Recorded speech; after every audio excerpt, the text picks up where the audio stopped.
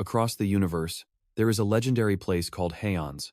It's home to the final gateway, a trial where one must endure billions of volts to ascend to godhood.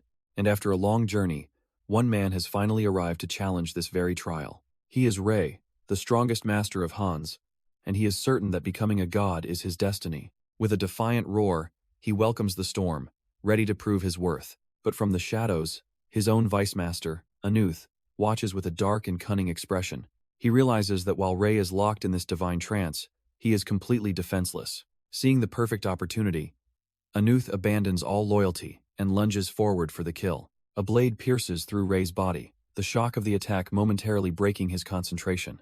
Anuth holds him close, whispering that with Ray gone, he will become the strongest in Hans. Ray stumbles forward, the shock of betrayal hitting harder than the blade in his back. He looks up in utter disbelief, struggling to comprehend how this could have happened. Anuth just smirks, mocking the pathetic look on his master's face. Ray demands to know why, reminding him of the absolute trust he'd placed in his vice master, but the traitor has no time for questions, grabbing Ray by the throat to silence him. He sneers that Ray was never truly powerful, only strong because of his special core soul. With a wicked smile, Anuth channels his energy for the final, decisive blow. He plunges his hand straight through Ray's chest, a brutal and merciless strike. All Ray can do is let out a final, choked gasp as his life force fades. Holding the stolen core soul, Anuth declares himself the new master of Haons. Anuth coldly admires his prize while Ray, bleeding and broken, can only cough on the floor. With his last breath, Ray glares at his betrayer, vowing that he will be made to regret this. In a flash of defiance, Ray's body erupts in a cataclysmic explosion of pure energy. The traitor shields his eyes, stunned by this final, unexpected counterattack. As his world fades to black, Ray's hatred burns bright. He swears he will find Anuth and tear him apart.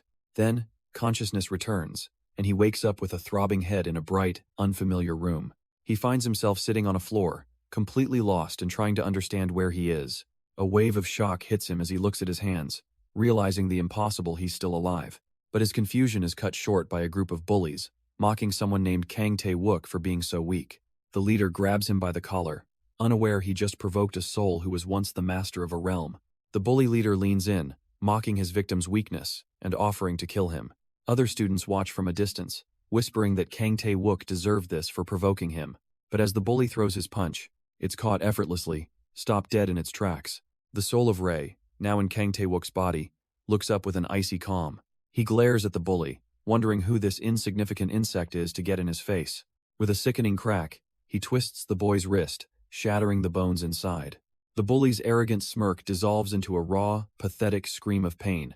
A simple push is all it takes to send the brute flying backward through the air. He crashes hard against the wall, utterly defeated by the person he thought was a punching bag. The entire classroom is frozen in disbelief, whispering about how the weak Kang Tae-wook just one-shotted the school's top bully. But Ray, inside Tae-wook's body, gives only a cool, dismissive glance back. The bully slumps against the wall in a daze, his cronies utterly speechless at the outcome. A beaten-up classmate named Jap Dong suddenly speaks up, urging Tae-wook to apologize before things get worse. Hearing that name makes everything click for Ray this school. This face he's been sent back to his own miserable high school years. Memories of a painful past surface, a time of bullying and humiliation after his family fell apart. He recalls the very system of power on this earth, divided between medicinal techniques and martial arts, a world where strength was measured by elemental classes and a strict hierarchy of star levels. He had mastered it all, climbing to the absolute pinnacle, only to be betrayed by his disciple Anuth at the gateway to godhood. But a golden aura now swirls within him. This is a second chance, and the path to becoming a god is open once again. Tae-wook assesses his new physical form. Just as he thought, his aura is undetectable, and his core soul is sealed. He knows what he must do: recover his energy and break the seal holding back his true power. With this second chance, he sets new goals: uncover the secrets of his father's death and exact revenge. He makes a silent vow to Anuth, promising to achieve godhood and deliver the punishment he so richly deserves.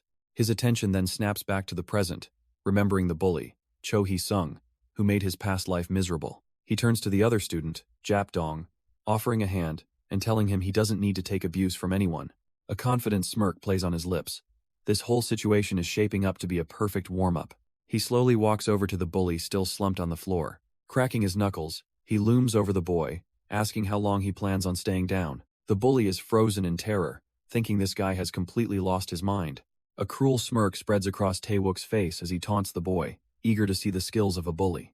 The terrified leader scrambles back, shouting at his friends to stop standing around and attack. Taewook looks almost pleased, thinking it's much more efficient if they all come at him at once.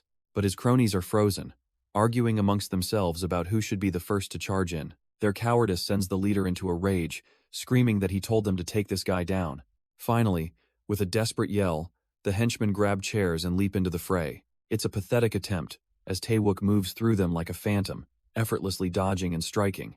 One of the goons, utterly defeated, begins to stammer out a pathetic apology, but Taewook has no time for words, silencing him with a sharp, brutal punch to the face. The last of the goons barely has time to flinch before a chair leg connects squarely with his head. With the last of his cronies down, the bully leader scrambles backward, desperately begging for forgiveness. But Taewook just smirks, suggesting a simple way out. How about he provides that shoe cleaning service he was so fond of? Without a moment's hesitation, the once proud leader drops to his knees, bowing low to the floor. He looks up meekly after the humiliating act, asking if Taewook's shoes are now clean enough for him. Taewook's eyes turn cold as he gives a final warning, letting him know this is his one and only pass. The bully leader forces a pathetic, sweaty smile, promising he'll never cross him again. But Taewook is done with the games and coldly tells him to get out of his sight. He punctuates the command with a swift kick, sending the bully flying out the classroom door. His defeated cronies watch in horror, whispering among themselves, terrified of what this new, powerful Taewook might do next. Unseen by the bullies, a hand quietly slides the classroom door shut, having witnessed everything. And the person who witnessed it all steps into the room. A girl named Choi Ji-yeon. Taewook turns, his cold gaze landing on the unexpected visitor. Her eyes flash with anger, having clearly seen the bully get kicked out. But she's completely misunderstood the situation, yelling at the departing Cho Hee-sung. She lectures him for bullying Taewook again, threatening to report him to the student head. The bully and his cronies are just speechless, wondering who was actually bullying who. Utterly defeated, they simply decide to get out of there while they still can. With the trash taken care of, a gentle hand offers Taewook some bandages for his cheek. It's Choi Ji-yeon, the most popular girl in class, her expression filled with concern. He accepts her kindness, thinking to himself that she's just as good-hearted as he remembers. She brushes off his thanks, still insisting he should see the nurse for his injury. But Taewook coolly reassures her that a tiny scratch isn't worth the hassle. A quiet moment passes between them, an unspoken understanding in the air. Snapping back to reality, she urges him to hurry and sit down before the teacher arrives. She settles into her seat, glancing back at him as he makes his way through the classroom. As Taewook moves toward his own desk, however, he suddenly freezes in place. On his desk lies his math textbook, torn to absolute shreds. His expression darkens. He can't believe the bullies resorted to such a childish prank. Just then, a spare textbook is offered to him by his friend, Japdong. But Japdong can't hide his real question. When did Taewook suddenly get so good at fighting? Taewook pats his friend's shoulder, promising that his days of being bullied are now over. But their moment is shattered when the classroom door slams open, revealing their furious teacher. The man points accusingly, demanding Taewook come out for daring to fight in the classroom. Taewook recognizes him instantly, the corrupt teacher, who always sided with the tormentors. He knows this man is no different, but decides it's too soon to cause a scene in this new life. Out on the balcony, the teacher gives him a final warning, threatening expulsion for any future incidents. Taewook just watches him leave, his expression cold and unbothered. Alone with his thoughts, he lets out a heavy sigh, his mind drifting back to his past. He recalls his greatest regret, failing the final trial at Haeon's and losing all clues about his father.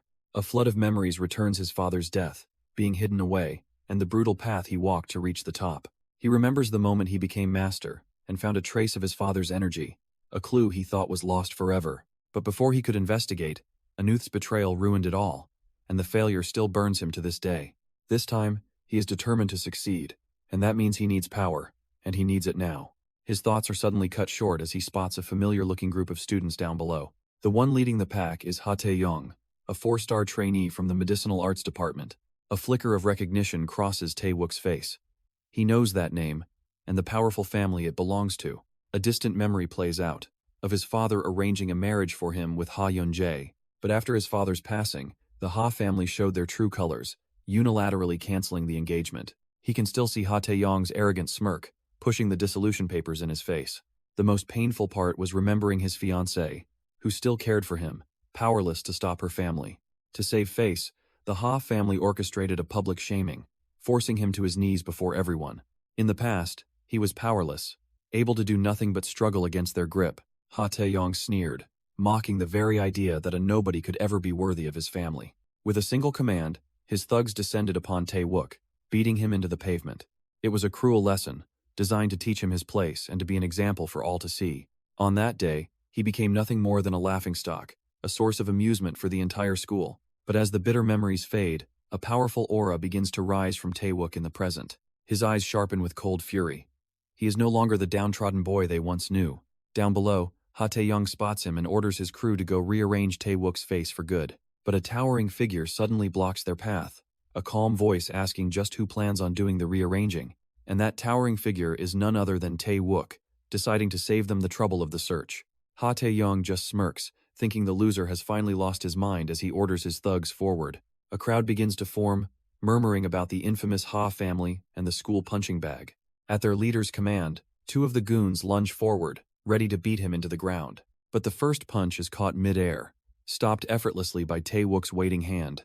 He holds the fist with an iron grip, his expression bored, almost disappointed by the weak attack. With a sudden fluid motion, he declares it's time for them to receive a proper education. He redirects their own momentum, causing the two thugs to smash their fists into each other's faces. The sickening crunch sends both of them flying backwards, defeated by their own sloppy attack.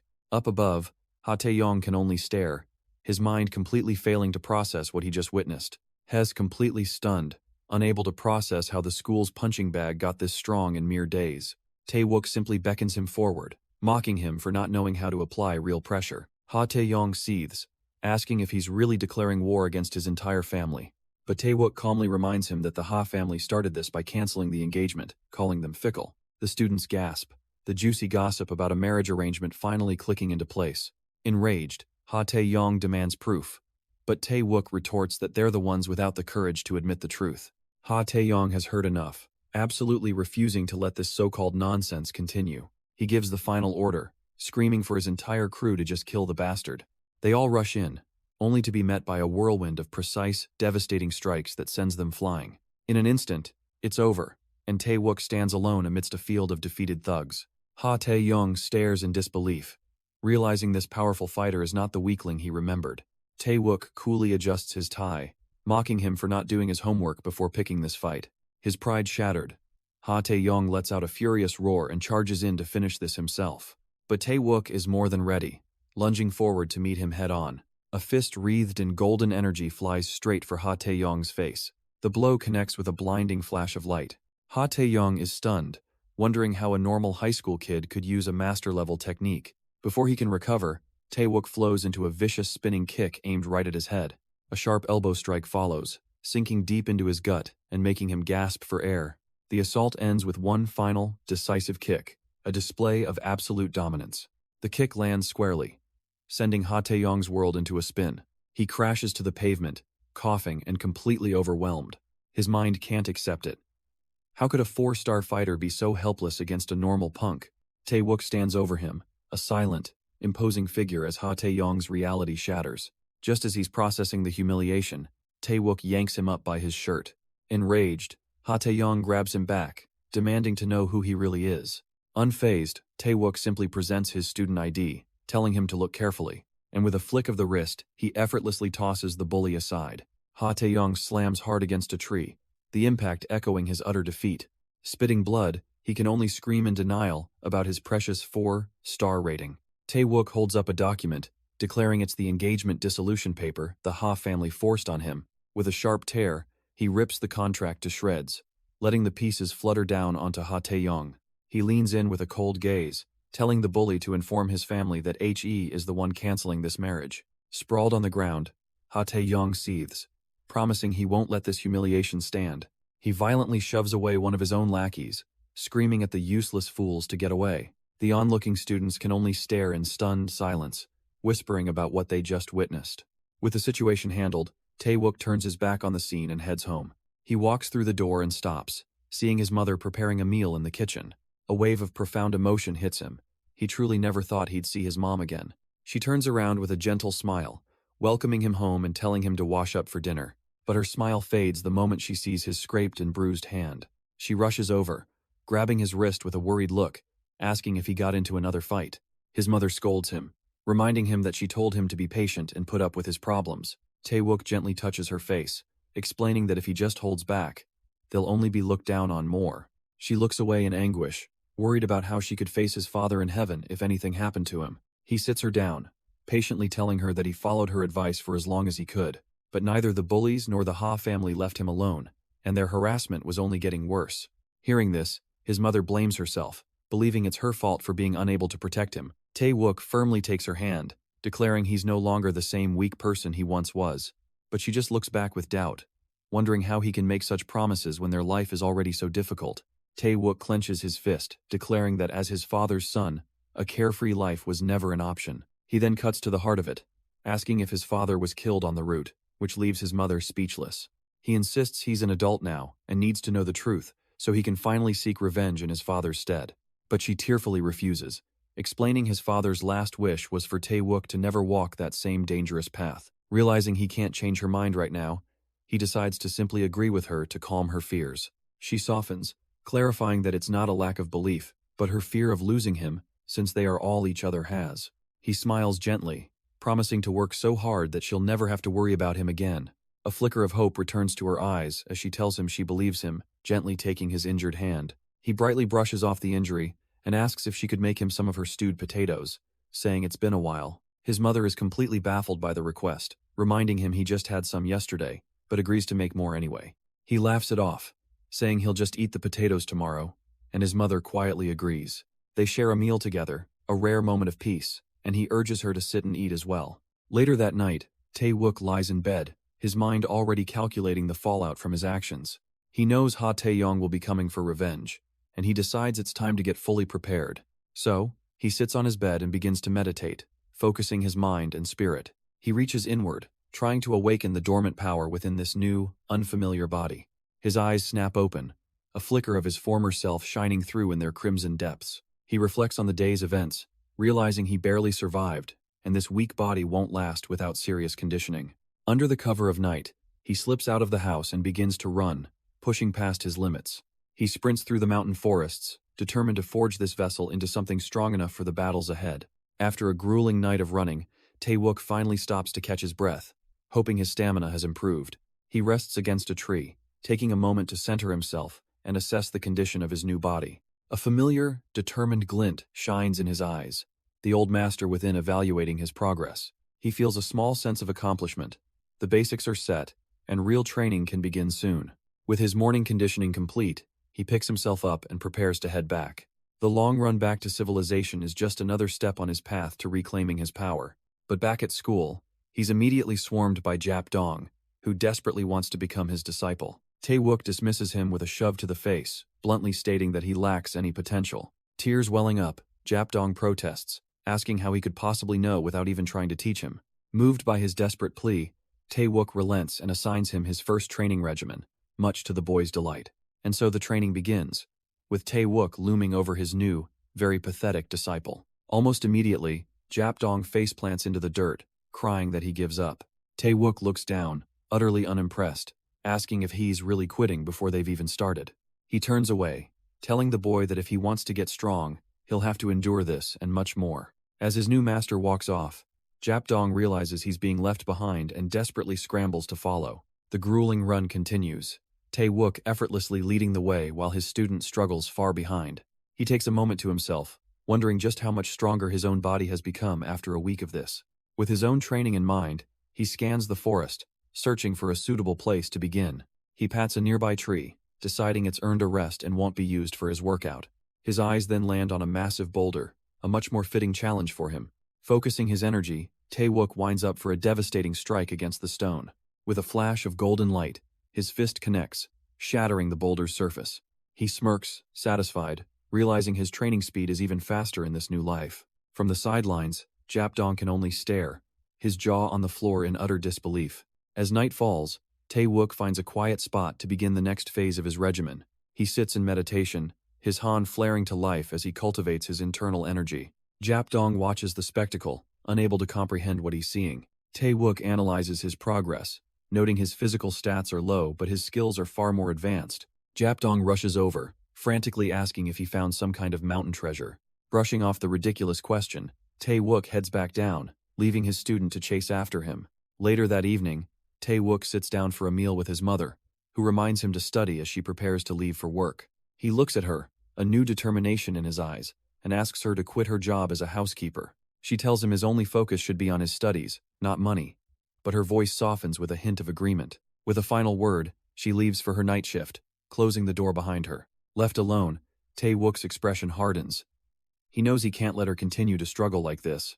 He immediately begins tearing through his room, searching for something he stashed away.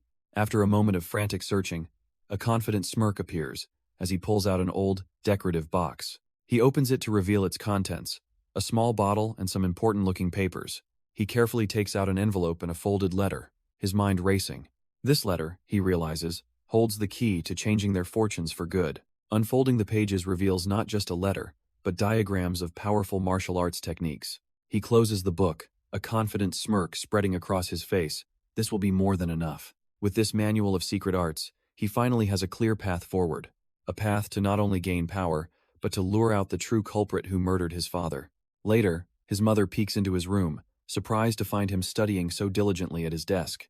A soft, proud smile graces her lips as she realizes her son has finally matured. She quietly thinks to her late husband that Tae-wook is growing up just as he would have wanted. But Tae-wook's focus is sharp. He knows enemies are out there, and improving his skills is the only priority. Following the address from the letter, he soon arrives at his destination. He's confused, however, to find the place has been converted into a martial arts dojo, the Kyungpoong Gym.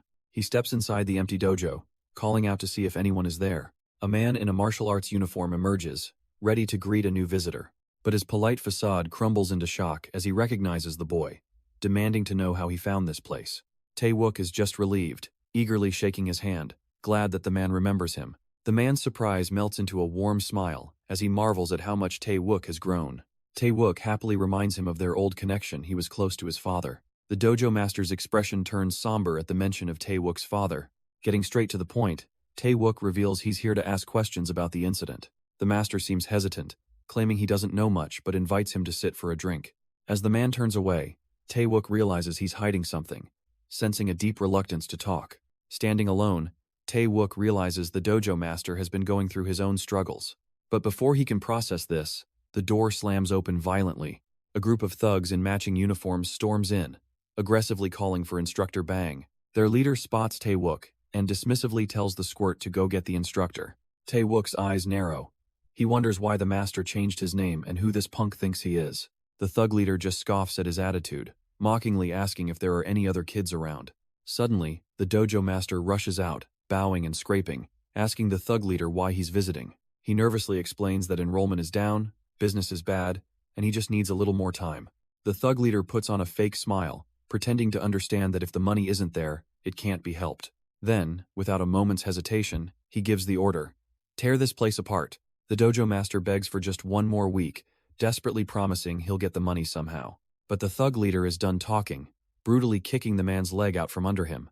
The master collapses to the ground, reeling from the sharp, sudden pain.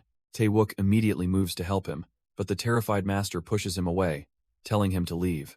Annoyed by the interruption, the thug leader looms over Tae-wook, demanding to know what he's doing. He flashes a nasty grin, mockingly telling the boy to listen to his elder and get lost.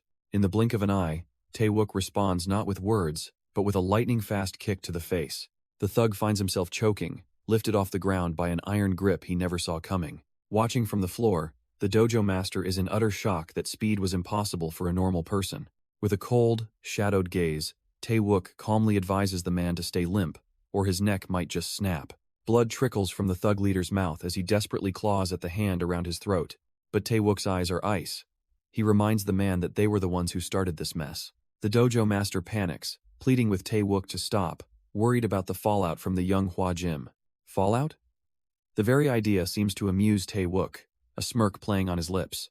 He states with absolute certainty that he wouldn't be afraid even if they brought an entire truck full of thugs. The thug leader, turning purple, tries to rally his men, gurgling out if they're just going to stand there and watch. His crew just stares, frozen in shock by the sheer pressure Tae-wook is giving off. But his desperate plea finally breaks their stupor, and the goons charge forward, some even grabbing weapons.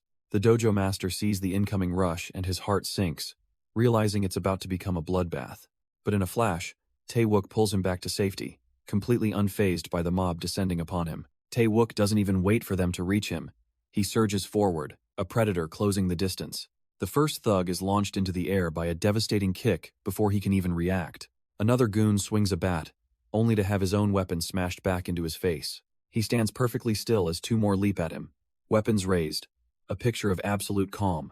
With fluid grace, he kicks one thug out of the air while easily blocking the other's attack. He then effortlessly relieves the man of his weapon, snatching the baton from his grip. And without a moment's hesitation, he uses it to deliver a bone-shattering strike. He looks on, almost bored, questioning if this is the best these so-called martial artists can do. In a final, sweeping motion, he becomes a blur, taking down the last of the charging goons. And just like that, it's over. With nothing but a pile of defeated thugs littering the floor, the leader of the thugs, sputtering in disbelief, demands to know who he is, threatening him with retribution. But Tae-wook just smirks, casually telling the man to take his anger out on Gwang Hui-hai instead. He even offers up a name for them to target, Cho Hee-sung, setting the stage perfectly. The thug leader seethes, locking the name in his memory and vowing to make this Cho Hee-sung pay. Tae-wook, pulling on some shades, coolly flips him off and says he'll be waiting at school. Humiliated and furious, the leader snarls at his men to get up and leave. The entire crew scrambles to their feet and makes a hasty retreat out of the dojo. Just then, the dojo master appears, asking why Tae-wook would pull such a stunt. Tae-wook turns, his gaze sharp, questioning why the master would hold back against plebs who hadn't even established their own realm. The master is stunned, silent, wondering how this kid knows such deep martial arts terminology and if his father was the one who taught him. Tae-wook cuts to the chase, explaining he's here to learn about his father's death from the man who was his blood brother. The master immediately shuts him down, insisting he knows nothing and that this whole visit is pointless. But Tae-wook doesn't back down, questioning if the master's new name and job are connected to the incident. He twists the knife, asking if he chose this life because he was too afraid to face the force that killed his father. The master looks genuinely rattled, denying everything and trying to push Tae-wook out before students arrive.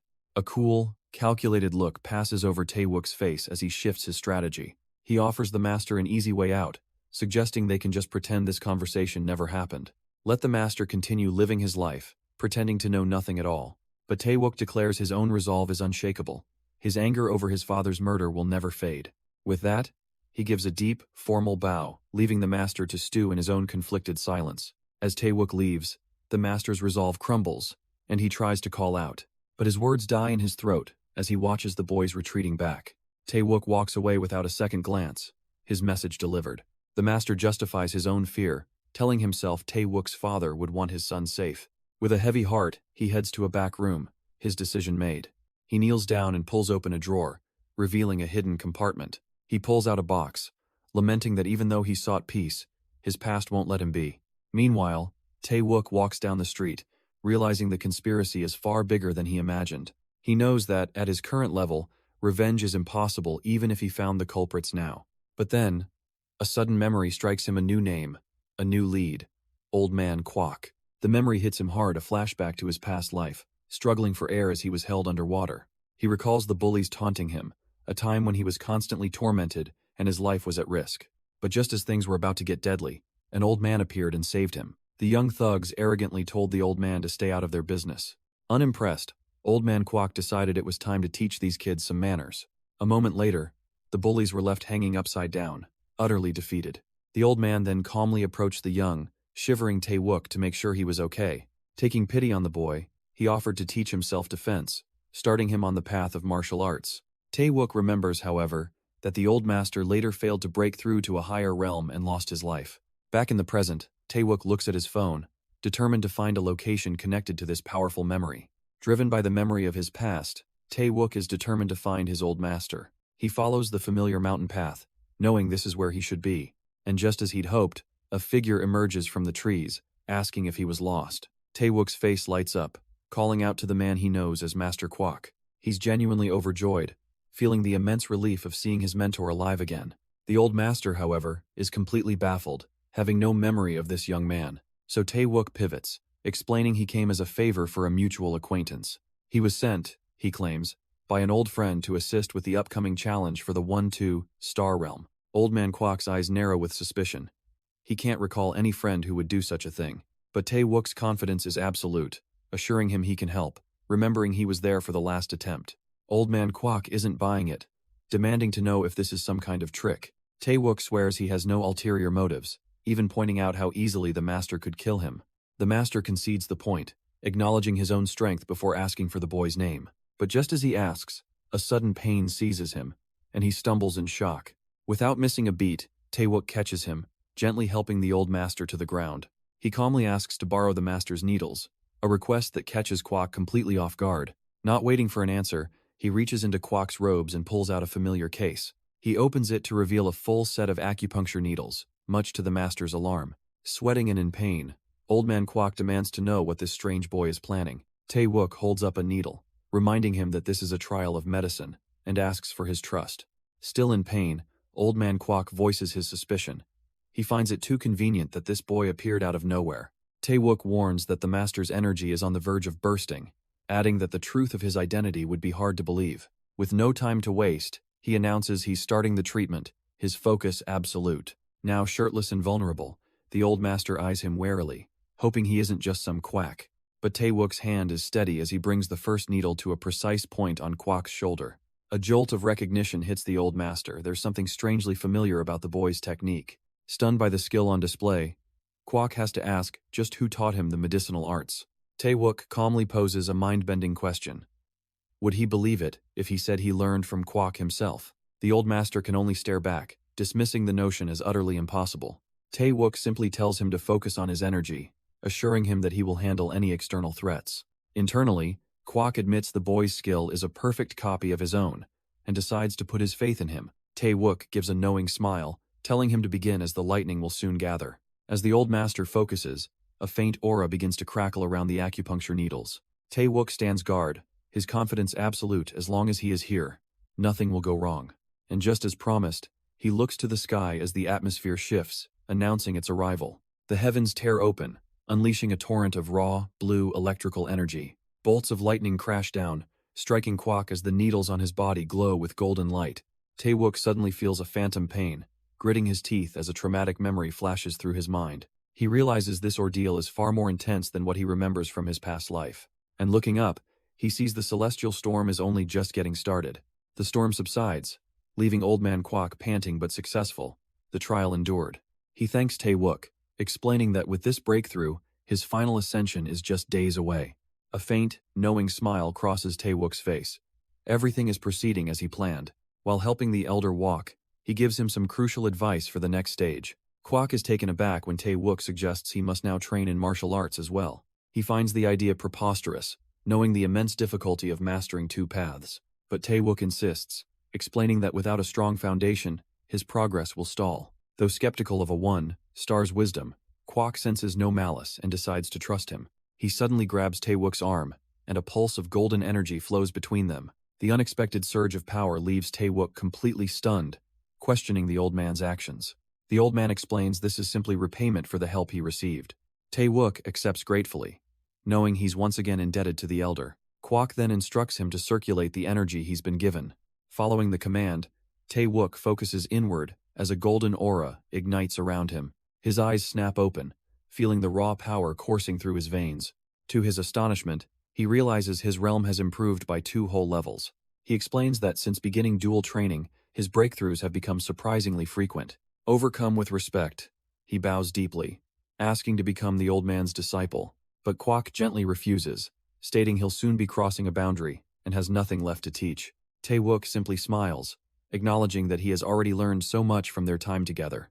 Old Man Kwok gives a cryptic farewell, promising they will meet again if fate allows it.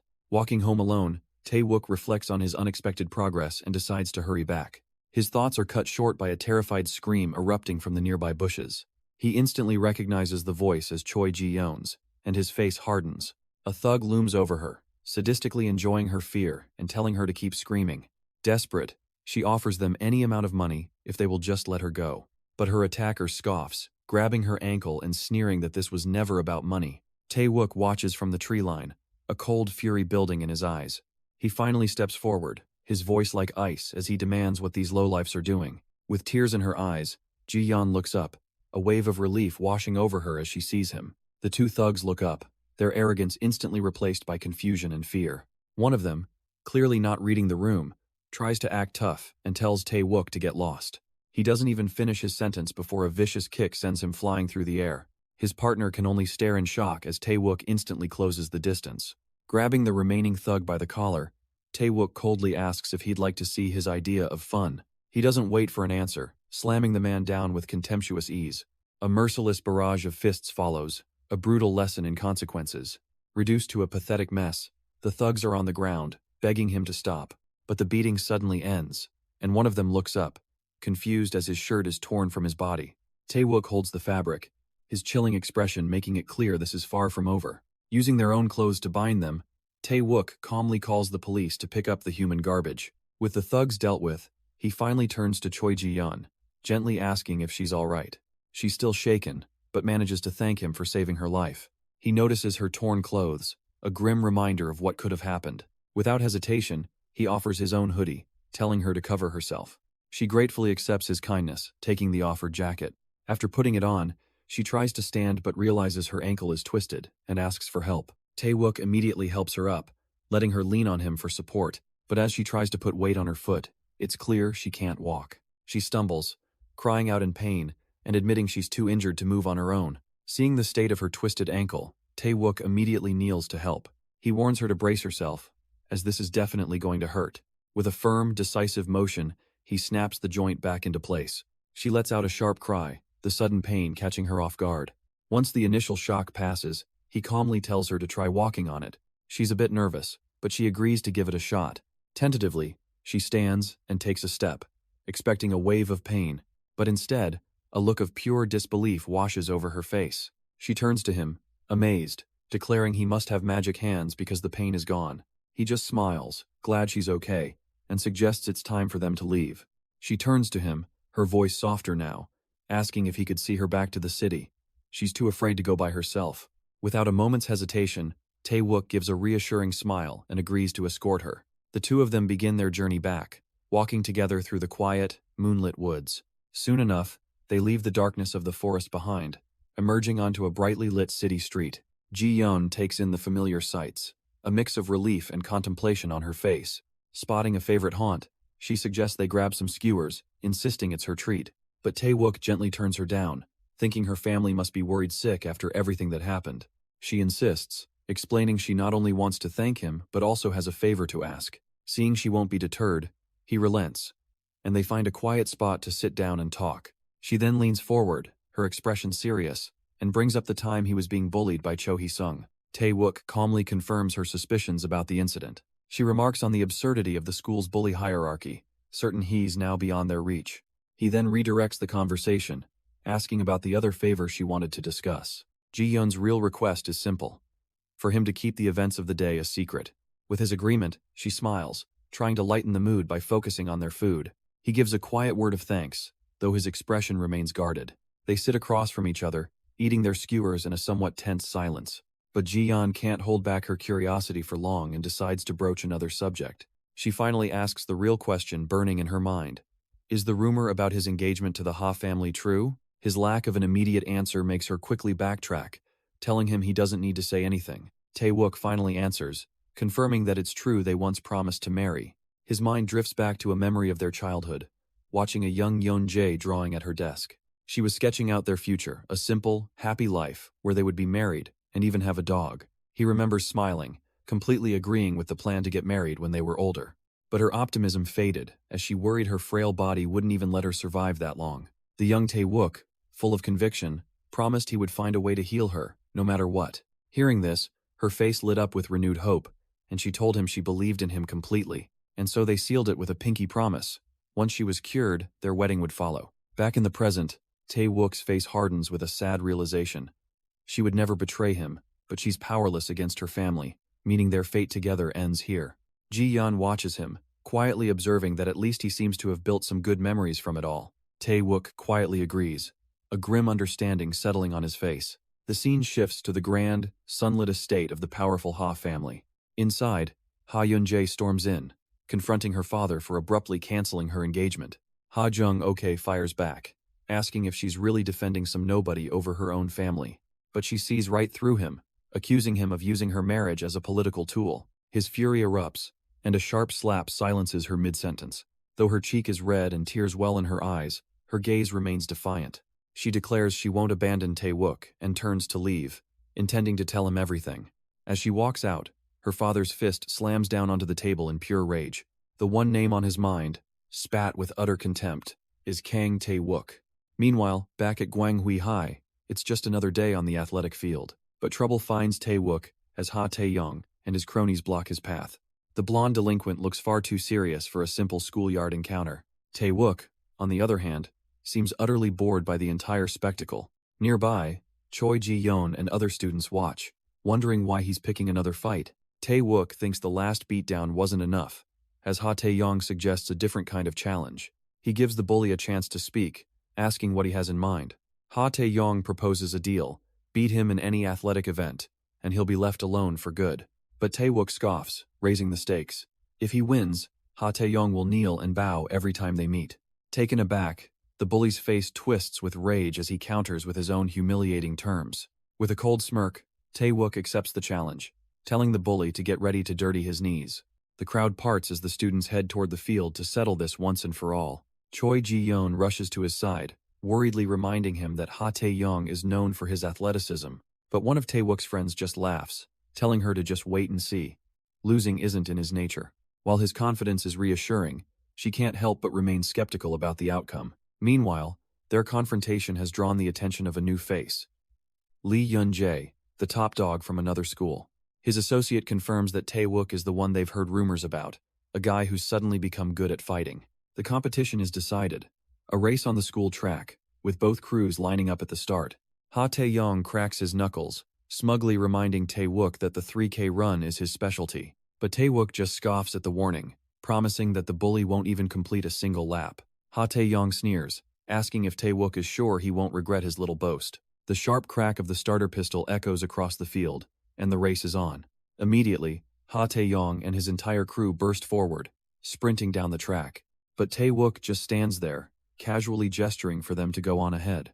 This blatant disrespect infuriates Ha Tae-young, who can't believe his opponent's arrogance. He watches as the runners pull further and further away, giving them a massive head start. They're already rounding the first bend, while he remains completely still at the starting line. Ha Tae-young is pushing himself hard, but Tae-wook's gaze remains utterly unfazed. The bully is so far ahead he even passes by again, telling him to get ready to call him boss. But in that instant, Tae-wook explodes forward in a blur, leaving his rival in absolute shock. Ha Tae-young's jaw hangs open, his mind struggling to process the sheer speed he just witnessed. Even Tae-wook's friend casually jogs past, smugly informing the bully that he's completely done for. The arrogant jock is left in the dust, wondering how on earth that chubby kid got so fast. They effortlessly pound the track, leaving their competition far, far behind. In fact, Tae-wook has already crossed the finish line and is casually checking his watch. By the time a winded Ha Tae-young stumbles to a stop, our hero is just standing there, waiting for him. Gasping for air, the bully's first instinct is to accuse him of cheating. But the teacher steps forward, confirming it's all on video, and he's never seen a student move so fast. The reality of his humiliating defeat hits Ha Tae-young all at once, and he collapses to his knees. Tae-wook leans in, a placid look on his face, and coolly asks if he wants another round. Ha Tae-young seethes, accusing Tae-wook of deliberately toying with him, but our hero is completely unfazed, reminding him that a promise is a promise. The bully scoffs, but Tae-wook's cold stare makes it clear he needs to learn his place. Humiliation and rage boil over, but Ha Tae-young knows he's utterly powerless here. He stalks off, vowing revenge, while Tae-wook simply watches him go. The scene shifts to the next day at school. Tae-wook's friend greets him cheerfully, but the peaceful morning won't last long. He quickly warns him that Cho Hee-sung is looking for payback and has sent gang members. His friend is worried, but Tae-wook just smirks, thinking it'll be easy to handle. Touched by his friend's loyalty, he agrees to leave together, acknowledging their bond. The word friend makes Tae-wook pause, flashing back to the bitter memory of his betrayal. His friend notices his dark expression, snapping him out of his thoughts with concern. Tae-wook quickly plays it off, suggesting they head to the store to grab something. The two enjoy a peaceful walk, eating ice pops without a care in the world. But their quiet afternoon is shattered when someone drops down, blocking their path. They're suddenly surrounded by an entire gang, whose leader steps forward with a smug grin. The thugs try their best to look menacing, but Tae-wook is completely unfazed. His friend, on the other hand, is panicking, realizing they're outnumbered 30-1. Tae-wook calmly takes another bite of his ice pop, confirming he's the one they're looking for. Annoyed by his cocky attitude, the leader yells at his men to teach him a lesson. Tae-wook finishes his ice pop with a satisfying pop, his snack time now officially over. Before the leader can even react, a fist smashes into his jaw, with Tae-wook scolding him for his bad manners. The gang is momentarily stunned before their enraged leader screams at them to take him down. With a battle cry, the entire mob rushes forward, determined to overwhelm the lone student. But to Tae-wook, it's like they're moving in slow motion as he effortlessly dodges the first wave. A single, perfectly executed kick sends one thug flying back into his comrades. Realizing they're outmatched, one of the goons gets desperate and pulls out a knife. Tae-wook doesn't even flinch, instantly closing the distance and catching the man's wrist. With a flick of his own hand, he neatly disarms the attacker, taking the weapon for himself. He sends the thug sprawling with another kick, now casually holding the knife himself. With the knife now in his hand, Tae-wook coolly invites the gangsters to try their luck if they have a death wish. The gang's leader, absolutely furious, screams at his men to stop hesitating and just rush the two students. Taking their boss's cue, the entire mob surges forward, a wave of bodies against one unmoving figure. But before they can even get close, Tae-wook becomes a blur, diving into the crowd and sending thugs flying. In an instant, the fight is over, a whirlwind of motion leaving nothing but defeated bodies in its wake. The leader can only stare in disbelief, a fresh bruise on his cheek, as his entire crew is incapacitated. A moment later, he finds himself pinned to the ground by Tae-wook's foot, who mockingly asks if he's tired already. All his earlier confidence vanishes as the man begs for forgiveness, admitting he was sloppy and underestimated him. Tae-wook lets him go with a simple message: tell Cho Hee-sung that he is completely out of his depth. The defeated gang leader, completely humbled, offers his absolute loyalty to the student who just thrashed him. Japdong watches in disbelief, amazed that his friend just acquired a pack of underlings after one simple fight. Tae-wook, however, couldn't be less interested, and simply turns to walk away. The man desperately introduces himself as Kim Jung-hwae, begging Tae-wook to remember his name and accept him. Unfazed, Tae-wook just calls for Japdong to hurry up and follow him. But as his friend tries to leave, Kim Jung-hwae grabs his leg, pleading for him to put in a good word. This pathetic display is being watched from the shadows by another student. It's Cho Hee-sung, the one who sent the thugs, and Hez furious, wondering how this loser suddenly got so strong. He realizes that if even Kim Jung-hwae was useless, dealing with Tae-wook is going to be a serious problem. Just as Cho Hee-sung is seething, his attention is abruptly stolen by an unexpected arrival. A new player steps onto the scene, flanked by his own crew, a student named Lee Yoon-jae. Cho Hee-sung immediately tenses up, wondering why on earth this guy is looking for him. He recalls the dangerous rumors. Lee Yoon-jae belongs to a family of ability wielders so powerful that not even the principal dares to cross them. With an air of casual authority, Lee Yoon-jae holds out a document, asking him to pass it along to Kang Tae-wook. A wicked grin spreads across Cho Hee-sung's face as he takes the paper, thinking Tae-wook has finally messed with the wrong person. His business concluded, Lee Yoon-jae coldly dismisses him with a look of utter contempt. Cho Hee-sung swallows his pride. Being an errand boy is humiliating, but he'll endure it if it means destroying Tae-wook. He agrees and walks away, ready to deliver the message. As the school's true top dog watches him go, Lee Yoon-jae decides not to underestimate Kang Tae-wook, telling his subordinate to call for backup. He then gives a chilling order: teach Tae-wook a lesson by flaying his hands and bringing back his scalp.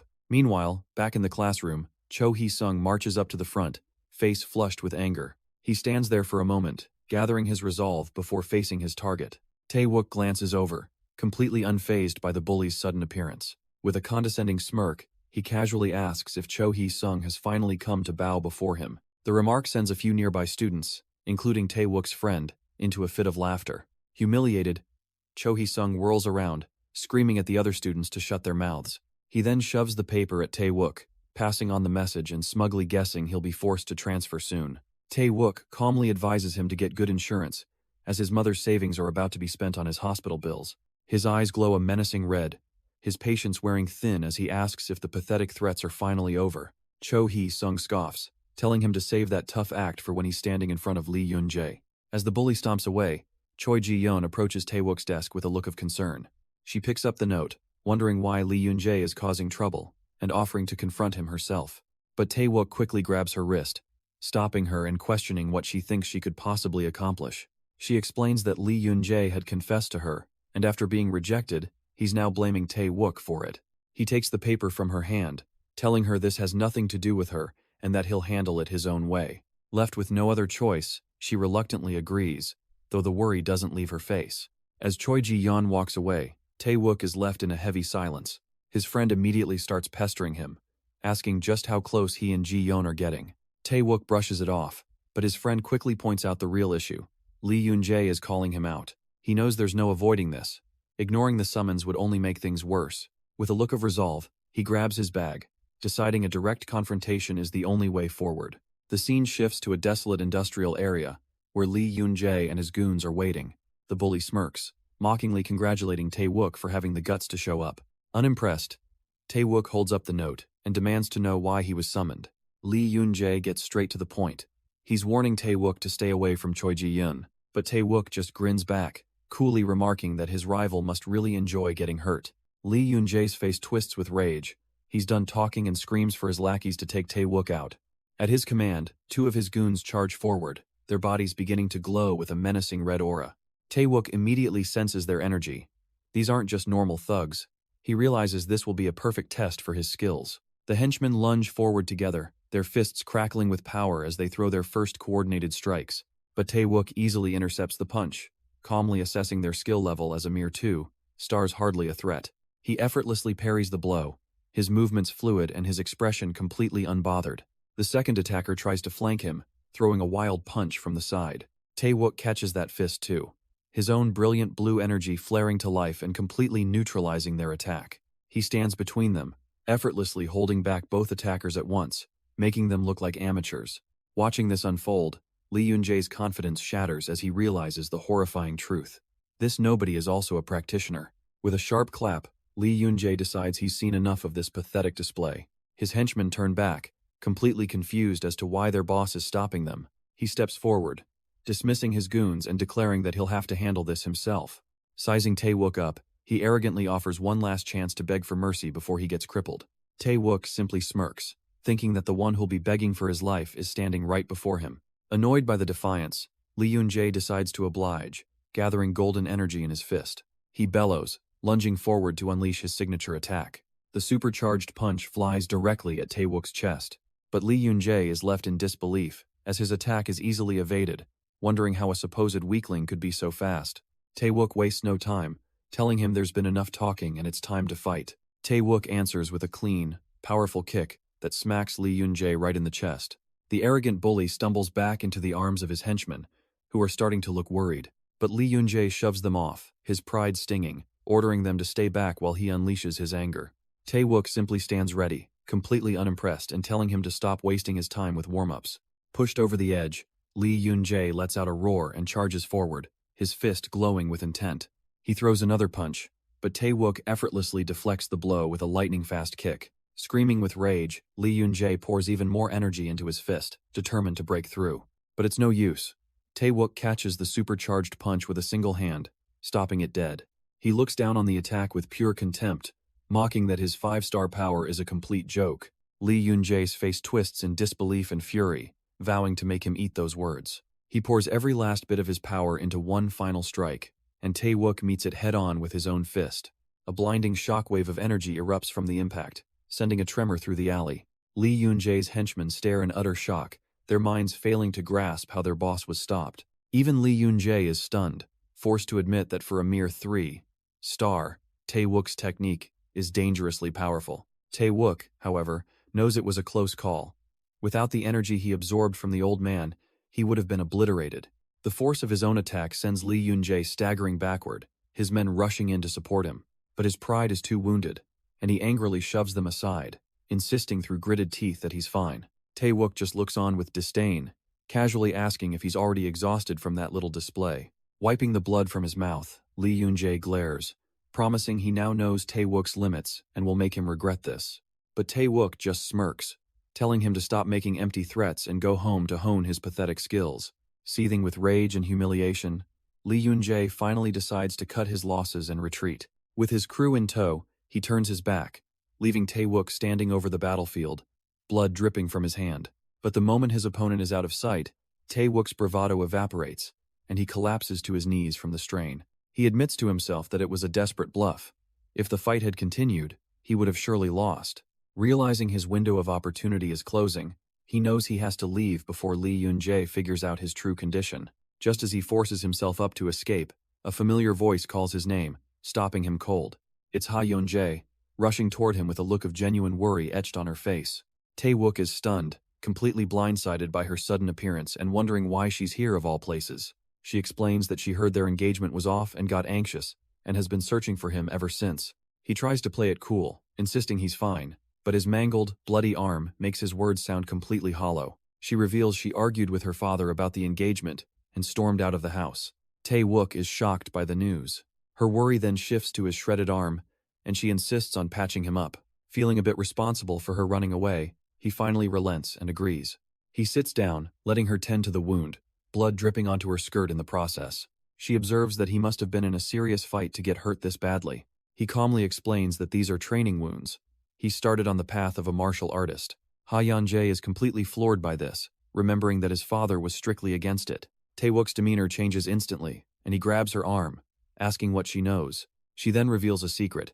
His dad was an incredible practitioner who never wanted that life for his son. Tae-wook presses her for more details, his voice filled with urgency. This is vital information, but she can only look away sadly, admitting she's told him everything she knows.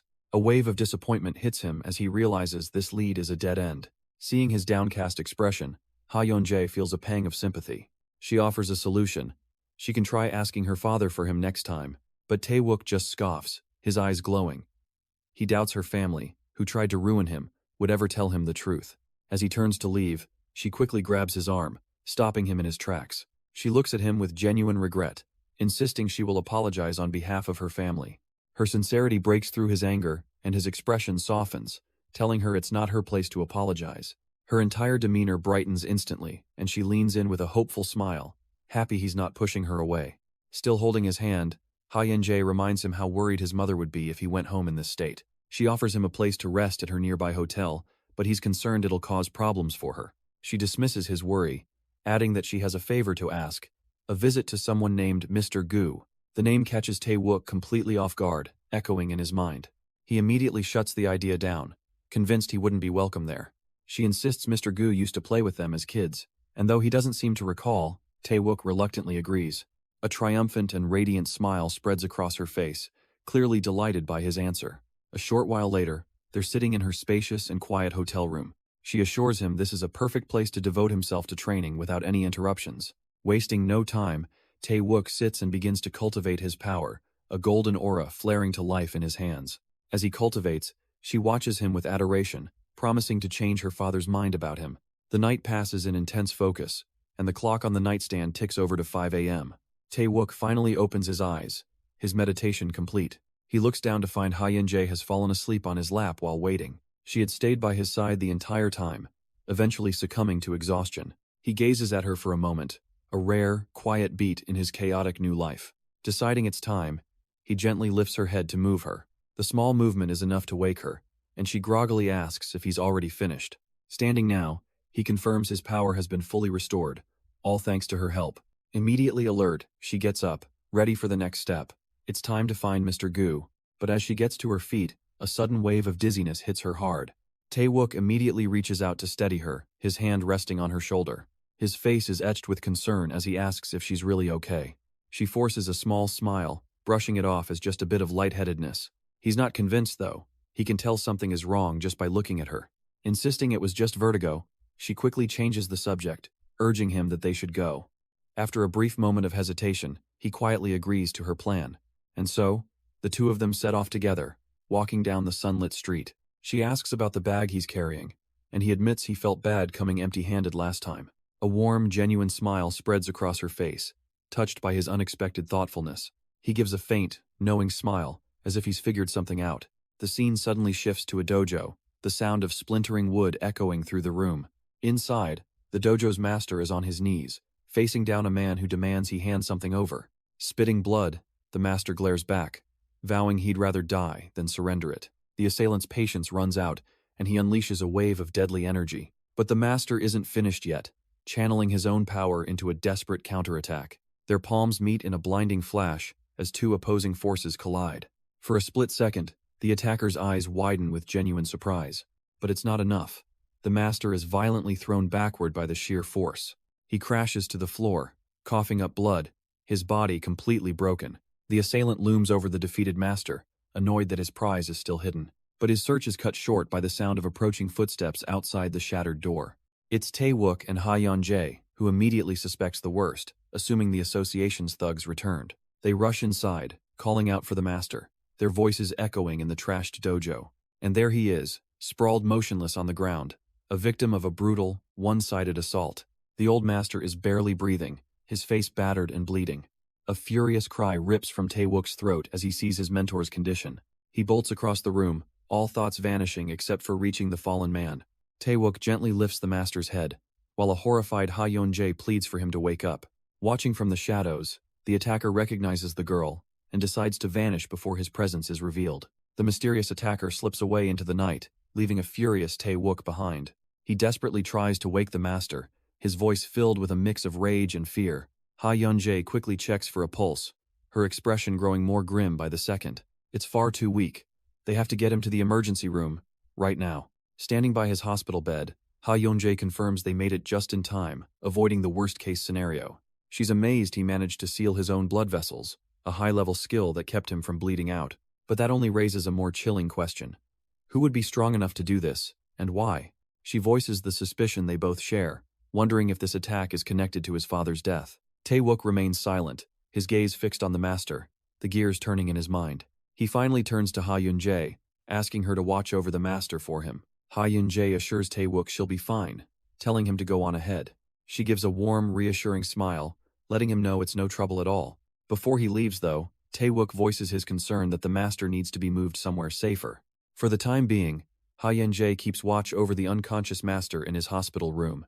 Suddenly, the silence is broken by her phone buzzing a call from her father. Her gentle expression immediately hardens into one of pure annoyance. Steeling herself, she reluctantly answers the call. Her father's voice explodes from the other end, furiously demanding to know her location. She calmly states her terms. He can find her after he reinstates her engagement.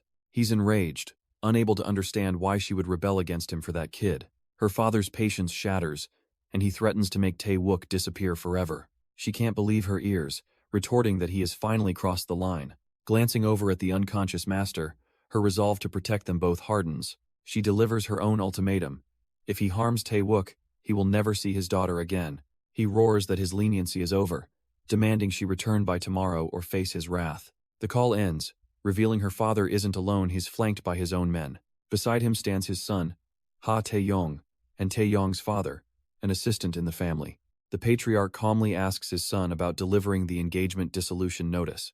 Tae-yong confirms he went, but admits his encounter with Tae-wook was unusual. His father presses for certainty, and Tae-yong insists that his plan to handle things quietly fell apart. Ha Tae-yong furiously explains that Tae-wook insulted their family, so he had to retaliate. His father, Ha Tae-geun, suggests sending a team of skilled fighters to sort things out properly. But the family head, Ha Young-ok, is unimpressed, reminding them he ordered discretion. Ha Tae-jun quickly takes the fall, explaining they never expected a known weakling to fight back. He then poses a chilling question. Wouldn't it be easier if Tae-wook was simply removed from the picture? The patriarch falls silent, his cold eyes considering the dark proposal. He finally decides, stating that retrieving his granddaughter is the top priority, and it must be done quietly. Both his son and grandson bow their heads, understanding the command and the threat behind it. They are dismissed, leaving the room as Ha Young-ok watches them go. But as he sits alone, a lingering suspicion about Kang Tae-wook begins to form in his mind. Outside the room, Ha Tae-yong seethes, unable to understand why they can't just crush Tae-wook for good. His father, Ha Tae-jun, lands a sharp smack on his head, telling him to get his act together. He warns his son not to cause any more problems, and the younger man has no choice but to agree. But the glare in Ha Tae-yong's eyes tells a different story. He's swallowing his rage for now, but not for long. Later that evening, time ticks away on a simple clock. At home, Tae-wook's mother waits, her expression painted with worry as she realizes how late he is. Suddenly, the door creaks open and Tae-wook appears, casually announcing he's back. Her concern immediately turns to light scolding as she asks where he's been. He offers a quick excuse about losing track of time with a friend, already moving to escape to his room. The door clicks shut behind him, leaving his mother with unanswered questions and a growing sense of unease. She can't shake the nagging feeling that her son is becoming more and more suspicious. In his room, Tae-wook is completely oblivious, planning to sneak out and meet Yeonjae later. Her thoughts are suddenly cut short by an unexpected knock at the front door. She opens it to find a group of imposing men, their leader asking if this is Kang Tae-wook's home. Taken aback, she demands to know who they are and what business they have here. The voices draw Tae-wook out, who peeks from his room to see what the commotion is about. The stranger's eyes immediately lock onto him, the leader's question hanging in the tense air. With a calm but guarded expression, Tae-wook steps forward to confirm his identity. The older man smirks, mockingly asking if he intends to keep his guests waiting outside. Without waiting for a reply, he barges in, forcing Tae-wook to shield his mother from the intruders. Tae-wook's mind races, trying to identify his uninvited guests. Are they from the Ha family, or is this payback? The men file into his home, their numbers alone an unspoken threat. His mother stands defensively, demanding to know why they've come looking for her son. The gray-haired leader offers a disarming smile, claiming they're simply extending a friendly invitation. Fearing the worst, his mother immediately asks if Tae-wook caused trouble, offering to apologize for him. But Tae-wook quickly invents a story about an important person, asking his mom to go buy a gift to get her safely out of the house.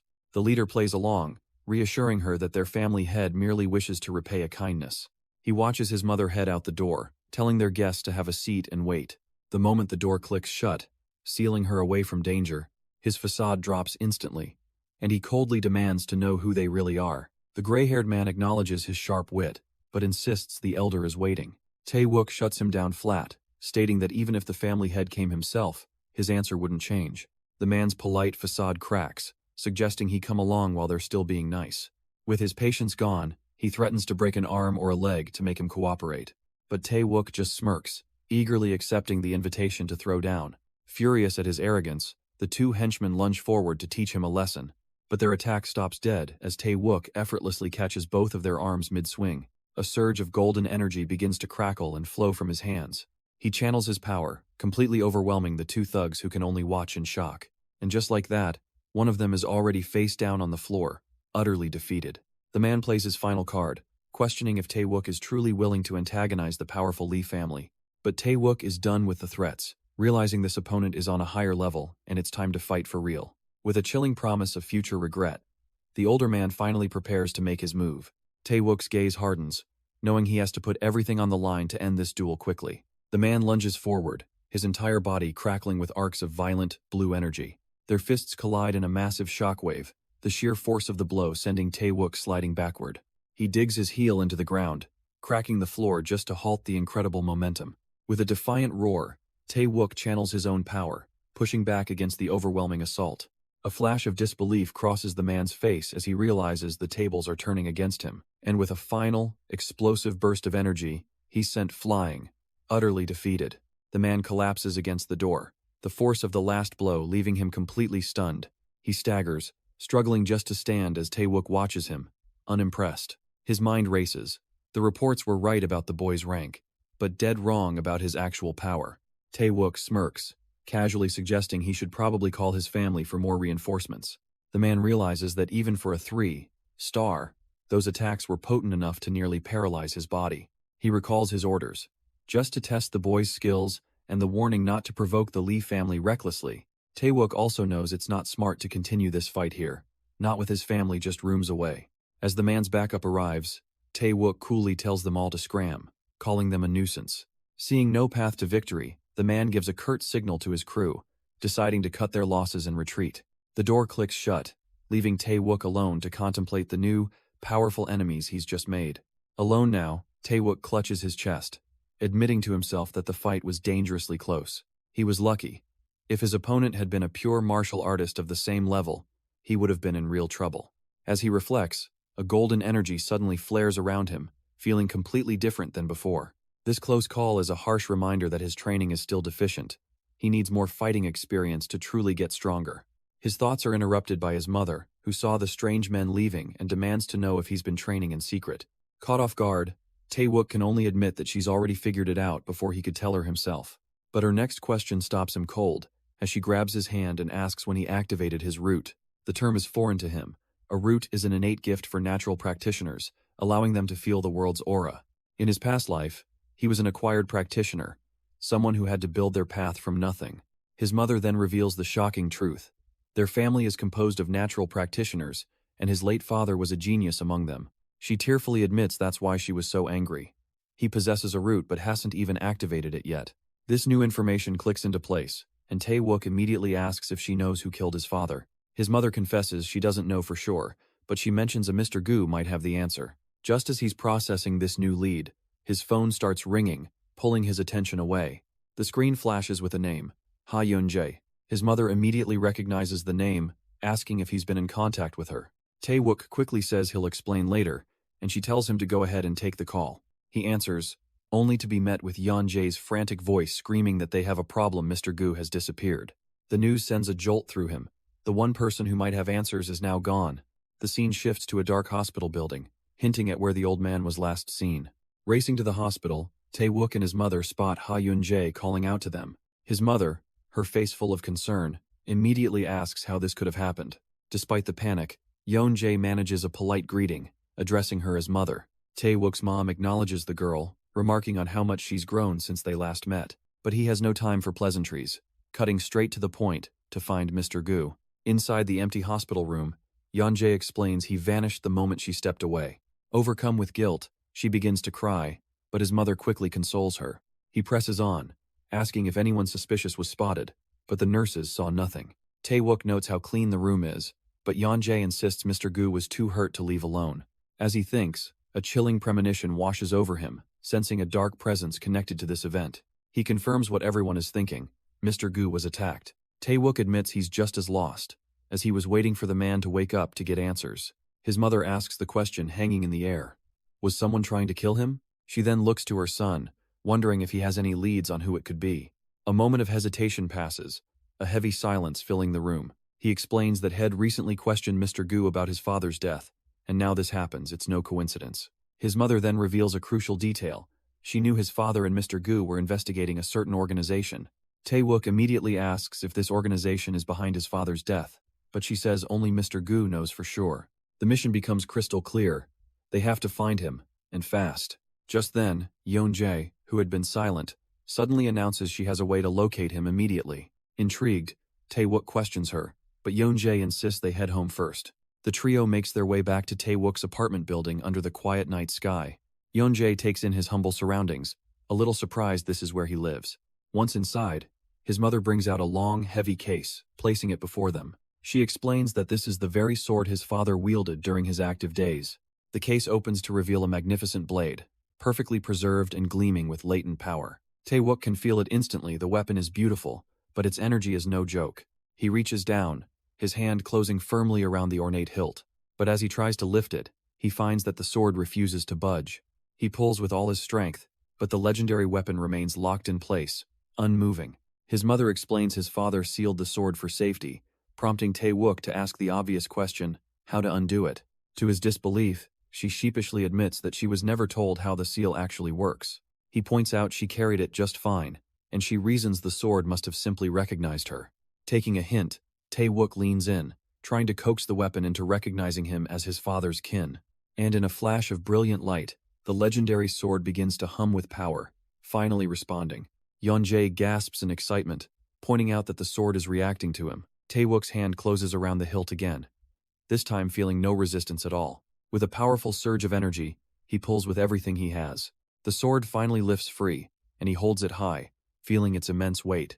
But as he does, a strange, familiar energy pulses from the blade, and his eyes glow in surprise. He realizes with a jolt that the energy pulsing from the blade feels just like his father's. His mother reveals the sword is part of a set and suggests he could use its power to find the other owner, a man named Gu. Tae-wook carefully puts the weapon away, knowing that even sealed, its energy is a beacon for those who can sense it. She asks if he has any idea who these dangerous enemies might be. He suspects they're the same people who killed his father and urges his mother to flee the city immediately. But he's not going with her. His mission is now clear, find Gu and get his revenge.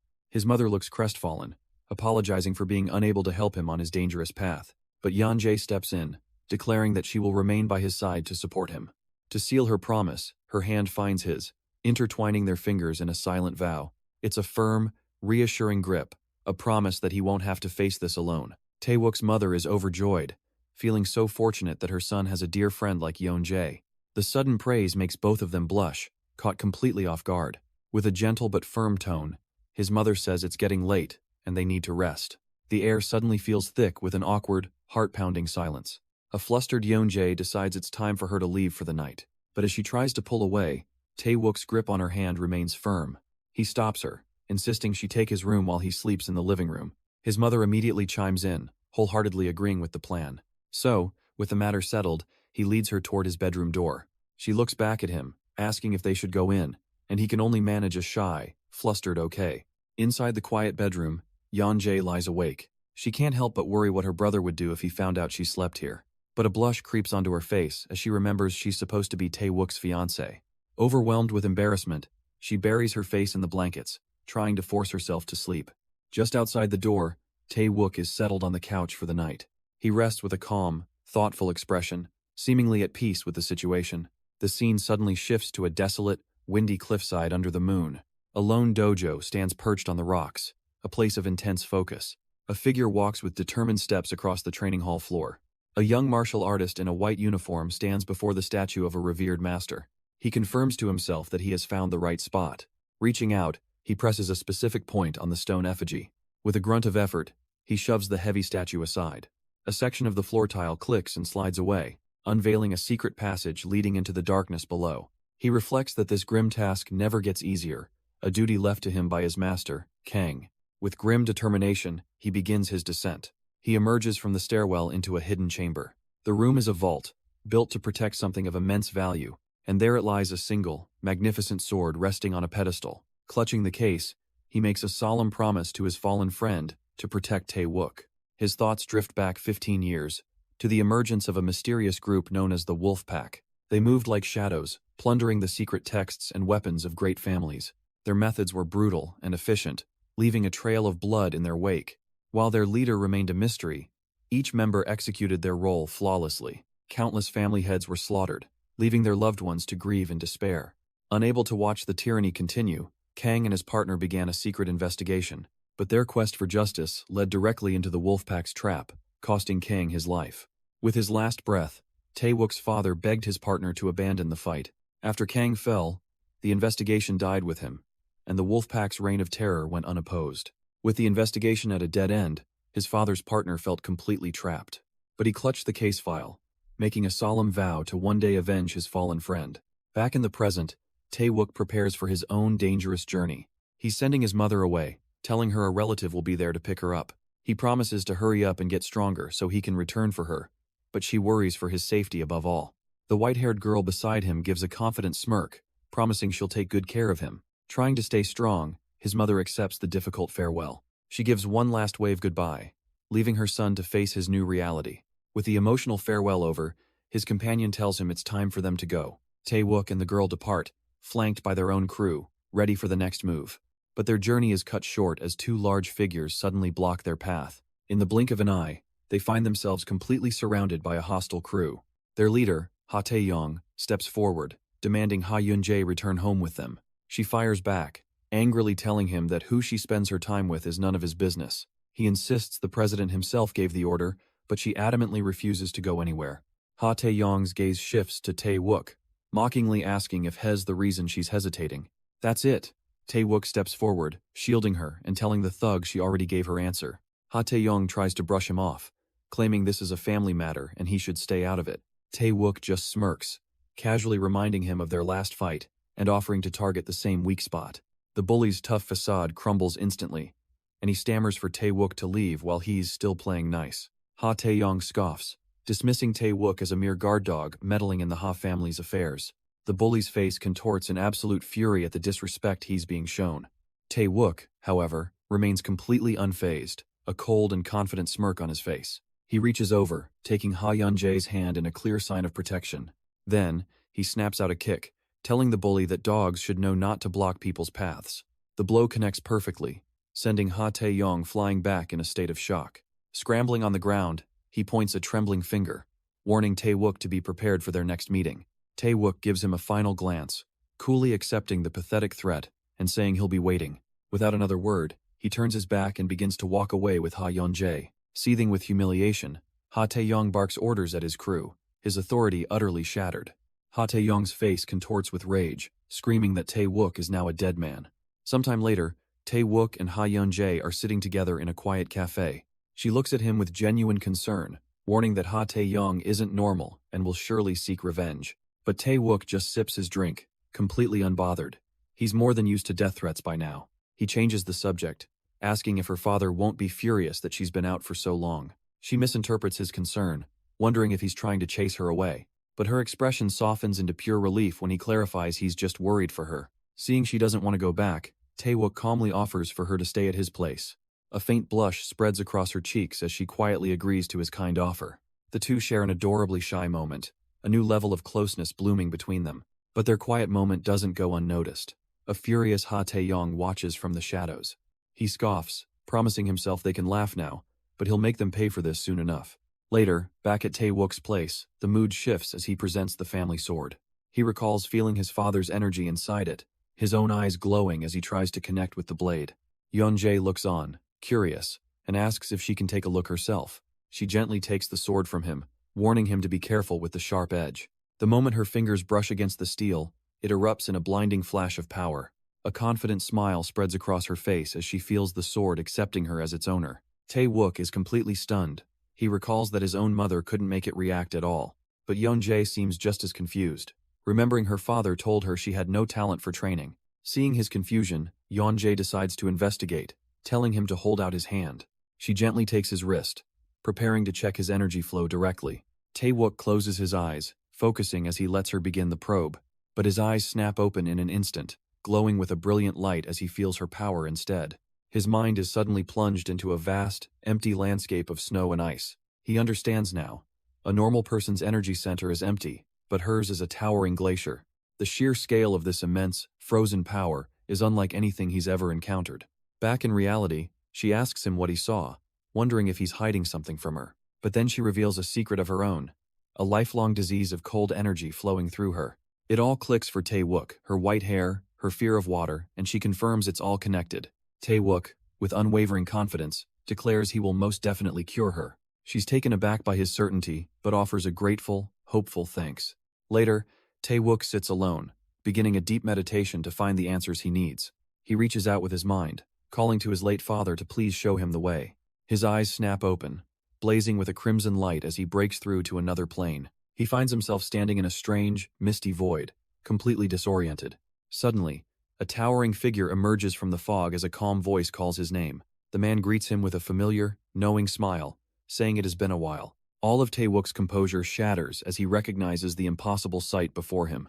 He stares at the man, his voice trembling as he asks if it's truly his father. His father's spirit reaches out, gently touching his cheek and remarking on how much has grown.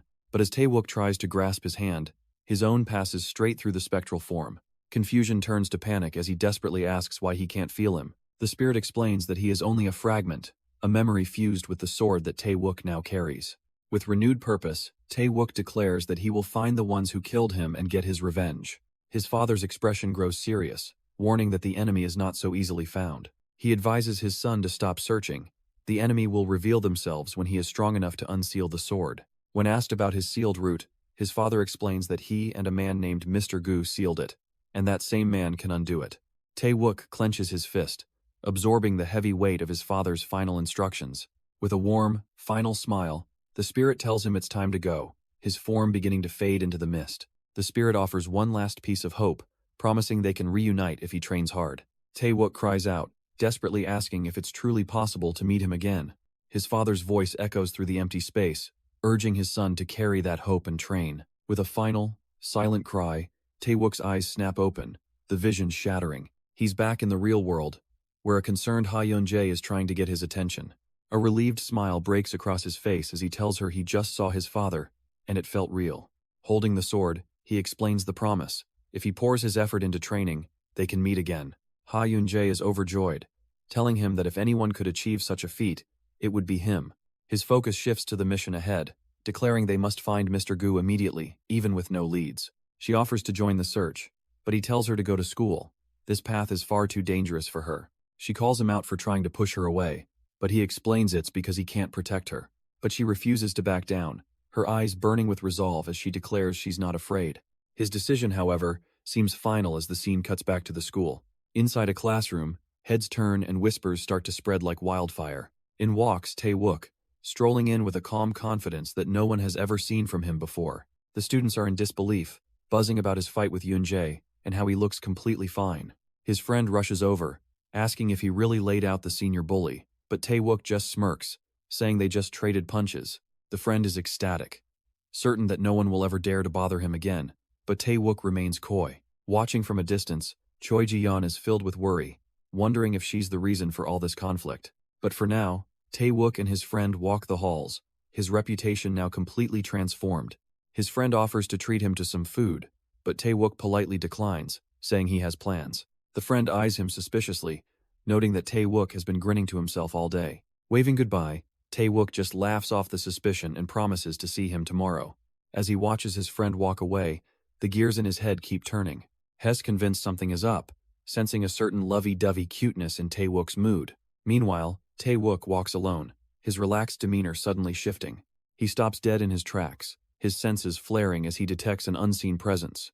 His eyes narrow with a dangerous glint as he demands to know who's there. He turns to face the source of the disturbance, his posture instantly on guard. A strange man in a cap smirks at him, calling out his full name, Kang Tae-wook. Tae-wook confirms his identity but questions the stranger's purpose for seeking him out. The man smirks, claiming he heard Tae-wook was a practitioner and came for a lesson. The word practitioner instantly sharpens Tae-wook's gaze. This isn't a random encounter. Unimpressed, he turns his back, stating he has no desire to fight and tells the man to leave. But the stranger isn't taking no for an answer, closing the distance in a flash. Tae-wook stops, feeling the sudden rush of movement behind him. The man now blocks his path, chiding him for his lack of respect. A flicker of realization crosses Tae-wook's face. He can sense it now, this guy is the real deal. Just then, his friend comes rushing back, calling out in a panic to see if he's okay. Stepping between them, the friend bravely tries to defend Tae-wook, completely unaware of the danger. The man in the cap sneers, mocking Tae-wook for trying to hide behind a civilian. Tae-wook tries to sideline his friend, but the kid is determined to show his loyalty this time. He bravely stands his ground, declaring the stranger will have to get through him first. A dangerous glint appears in the man's eye. His patience for the unwelcome party has run out. Deciding to swat the nuisance aside, he throws a lightning-fast punch, but his fist is stopped dead in its tracks, caught effortlessly by Tae-wook. Stepping in front of his friend, Tae-wook grips the man's wrist, his voice cold and clear. The fight is with him. The stranger grins, pleased that he's finally getting through, and announces that the real fight can now begin. With no hesitation, he unleashes a powerful kick aimed straight for Tae-wook. Tae-wook shoves his friend out of the way, shouting his name as he prepares to take the full force of the attack. But the kick never lands. Tae-wook meets it head-on, effortlessly blocking the powerful strike. His friend can only stare in utter disbelief at what he's witnessing. The attacker just smirks, impressed that this high school kid actually managed to stop his attack. Tae-wook cuts right to the point, demanding to know who sent him. His opponent offers a simple deal: win the fight, and he'll tell him everything, before erupting in golden energy. A flicker of surprise crosses Tae-wook's face. He realizes he's facing a lightning element practitioner. The man gathers the crackling electricity into his palm, preparing a devastating blast. He unleashes the torrent of lightning, and the raw power sends Tae-wook flying. Tae-wook crashes back down, digging a trench into the asphalt as he skids to a halt. His friend is left speechless, completely awestruck by the chaotic power display. The attacker scoffs, warning him that his luck has officially run out. Before Tae-wook can react, another blast of lightning sends him flying backward, but he recovers mid-air, focusing his own crimson energy into a defensive sphere. The two opposing forces collide in a blinding explosion of red and gold. The man in the cap laughs, mocking the seemingly weak counterattack. As Tae-wook's energy falters, the spectral form of Old Man Kwok appears, offering his aid. Infused with his master's lingering power, Tae-wook unleashes a massive, uncontrolled wave. The attacker's smug expression vanishes, replaced by shock as he's hit by the raw force. He digs his heels in, a grim smile forming. This kid is far more interesting than he thought. Declaring the warm-up over, he gathers his power for one final, decisive strike. But Tae-wook stands his ground, energy flaring as he roars a challenge for his foe to come and face him. With eyes glowing red, he prepares to meet the final attack head-on, holding nothing back. The two fighters collide in the center of the rooftop, fists meeting in a blinding explosion of power. A massive shockwave of pure energy erupts from the point of impact, lighting up the sky. Unseen by the combatants, two men watch the spectacular clash from a neighboring building. The subordinate identifies the young brawler, confirming that the boy is indeed Kang Tae-wook. The leader's eyes narrow as he puts the pieces together, realizing Tae-wook must be Kang Hyun's son. His partner sees an opening, suggesting they could just eliminate the kid right now. But the leader vetoes the idea, ordering his man to tail Tae-wook instead to find an item their boss is after. He then asks about Ha Yun-jae, and is told the Ha family has already sent people to retrieve her. The leader deduces that Ha Tae-yong sent this man to keep their target preoccupied. Meanwhile, the man in the cap grins, acknowledging that Tae-wook is a genuinely tough opponent. The force of their last exchange makes him cough up blood, but he seems to be enjoying the thrill. Tae-wook looks on, stunned by his opponent's sheer tenacity and battle lust. With a crazed look in his eyes, the man powers up his fist again, ready to fight until the very end. A cold dread washes over Tae-wook. He knows he can't stop the next attack. His opponent lunges, screaming for him to die as he unleashes a final, overwhelming punch. The subordinate finally recognizes the fighter as a notorious battle junkie, known for challenging the elite to death matches. With a grim expression, the leader places a hand on the wall, and a strange energy crackles from his touch. Hess made a decision. He can't let Kang Tae-wook die to a maniac like this, not yet. From his vantage point, the agent leader casually drops a small stone. He gives the order to his subordinate. It's time to execute Plan B. Just as the death blow is about to land, Tae-wook somehow manages to meet the punch head-on. An explosion of energy erupts from the impact, threatening to shatter both their arms. Tae-wook grinds his teeth, barely holding on against the overwhelming force. The leader smirks, revealing this isn't a rescue. It's just a favor to lure out his real target. He unleashes a strange purple aura, channeling it through the stone he holds. Miles away, a mysterious man is suddenly confronted by a giant, ethereal projection. Back in the alley, this bizarre purple energy floods the scene, shocking both combatants. Seizing the opening, the agent's subordinate blitzes in, crackling with power to end the fight. But the incoming attack isn't for the assailant, it's a brutal blow straight to Tae-wook's face. He's completely caught off guard, his head snapping back from the sheer force. The subordinate's punch sends him skidding down the street, a trail of energy in his wake. Tae-wook crashes violently onto the pavement, the impact jarring him to his core.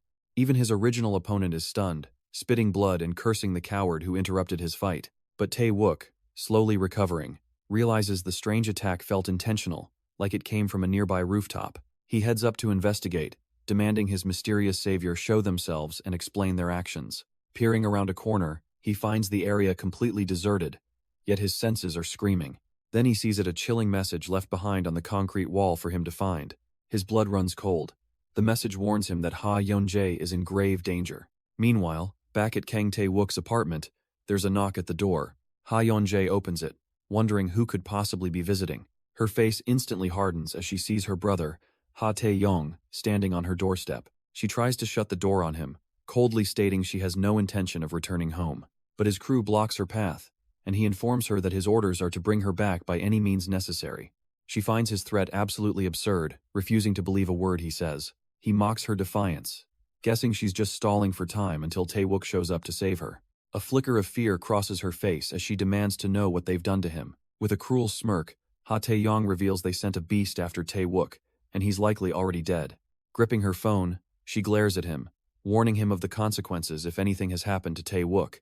Ha Tae-yong tries to reason with her, insisting Tae-wook is a bad match and this is all for her benefit. She scoffs at his concern, telling him to leave her home before she reports him for trespassing. His patience finally snaps, and he decides it's time to use his last resort. As she sends one last defiant message for their father, he pops open a small canister. A cloud of sleeping gas bursts into her face, and she chokes, unable to stop him. The world spins as her strength leaves her, her resistance fading into nothing. He catches her limp body, coolly instructing his men to escort the lady safely. They drag her unconscious form out of the room, their objective seemingly complete. But at that exact moment, Tae-wook sprints into view, shouting her name in pure desperation. He immediately recognizes the Ha family car, trying to make a getaway. The driver is forced to slam on the brakes, screeching to a sudden halt. Because standing directly in their path is Kang Tae-wook, his hand raised to stop them cold. Inside, Ha Tae-yong stares in disbelief, wondering who this crazy person could be. But the shock curdles into pure panic, as both he and his driver recognize the intruder. Ha Tae-yong can't process it. He sent Im Soo-hoon to take care of Tae-wook, so how is he here? With chilling calm, Tae-wook approaches the side of the vehicle, his purpose clear. He glares through the window, his voice low and demanding as he tells Ha Tae-yong to get out. The driver nervously asks for orders, but Ha Tae-yong just snaps back that if their best fighter failed, they stand no chance at all. Ha Tae-yong steps out of the car, trying to act tough, but Tae-wook simply reminds him he was warned. Before the blonde punk can even process it, Tae-wook's hand shoots out, grabbing him by the jacket. He slams Ha Tae-yong against the car, his eyes burning with cold fury, as he demands to know where Yeon-jae is. Choking for air, Ha Tae-yong desperately sputters that she's still inside the car. That's all Tae-wook needed to hear.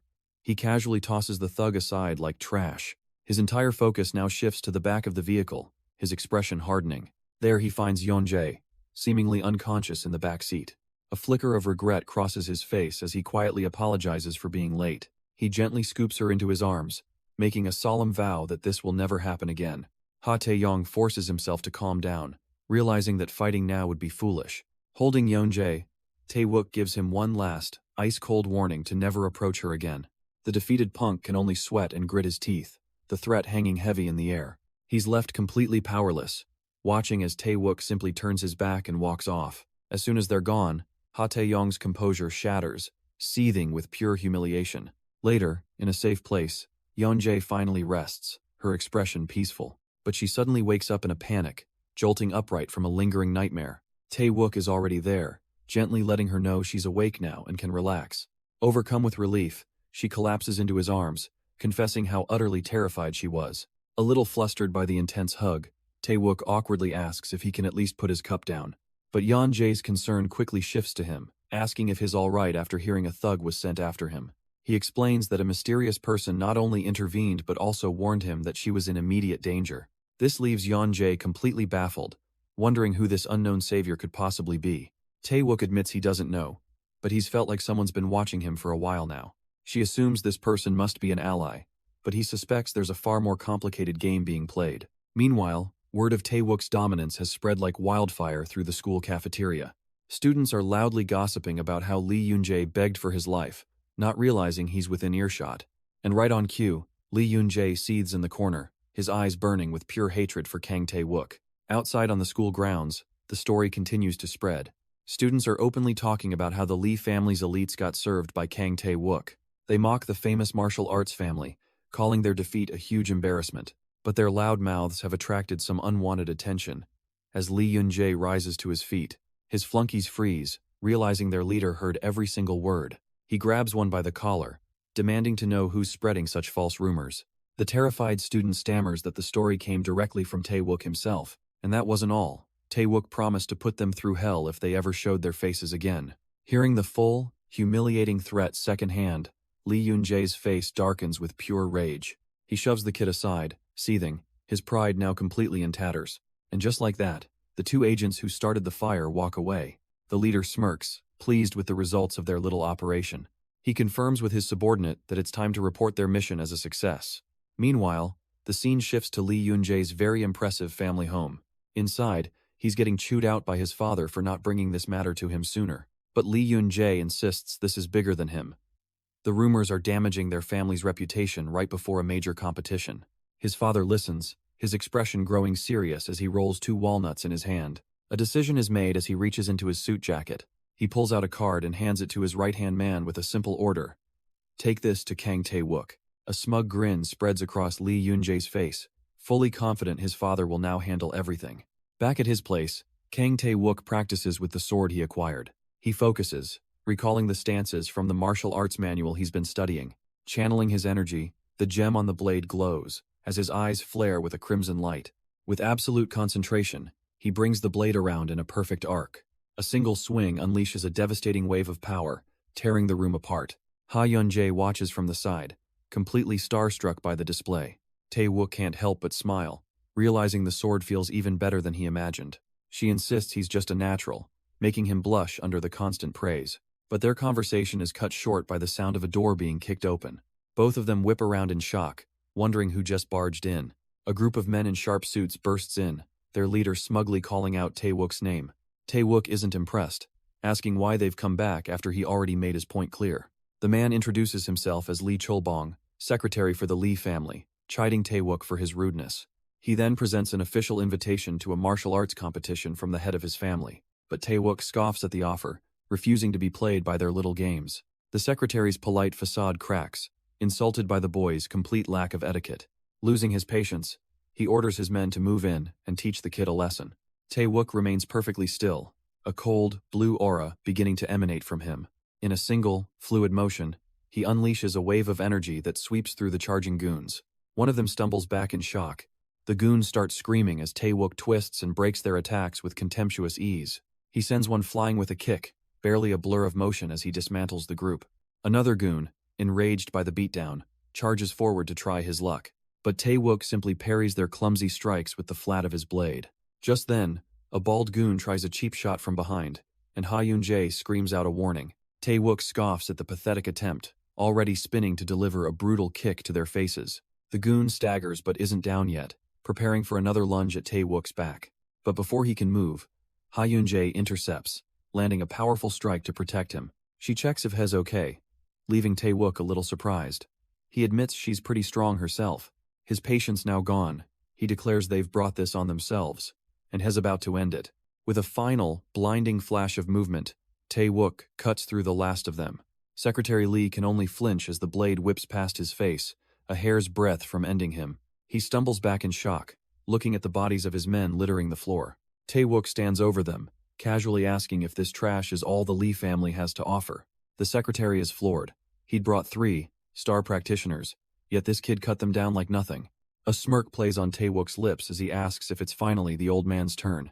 Screaming in fury, Secretary Lee charges forward, ready to teach this arrogant brat a lesson. He unleashes a fiery strike, only for Tae-wook to block it effortlessly with his sword. Tae-wook seems almost bored, recognizing the man's technique as a simple fire-class medicinal art. But the secretary, believing he has the upper hand, offers one last chance to kneel and beg. Tae-wook just laughs, telling the old man he must be dreaming if he thinks he'll beg. Instead, he channels his own power, and a brilliant red aura engulfs his sword. The secretary's eyes widen in disbelief.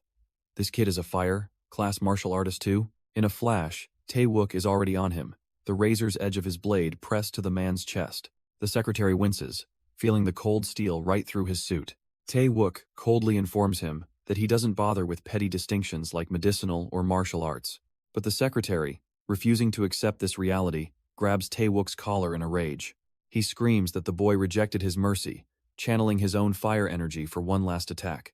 With a furious roar, he unleashes a wave of flames, determined to end this. But Tae-wook meets the attack head-on, his own power flaring, promising the secretary is the one who's about to feel regret. The secretary screams in denial, unable to process how his superior realm means nothing here. But Tae-wook just smirks, his entire body radiating an overwhelming crimson aura. He explains that their starting points were on completely different planes of existence. With a flash of his blade, he effortlessly cuts through the secretary's defenses. A brutal strike sends the old man reeling, coughing up a spray of blood. Tae-wook calmly holds his sword, ready to deliver one final lesson. He mocks the man, pointing out the fatal mistake of underestimating someone just for their age. And with a devastating downward swing, he demonstrates exactly what that mistake costs. Humiliated and broken, the secretary vows revenge as his goons rush to support him. They quickly carry their boss away, making a hasty retreat from the boy who just crushed them. The fight over, Tae-wook finally takes a moment to breathe, leaning heavily on his sword. Ha-yoon-jae rushes to his side, her eyes wide with worry as she sees his bleeding hands, but he just smirks, dismissing the injury and praising his father's incredible weapon for the win.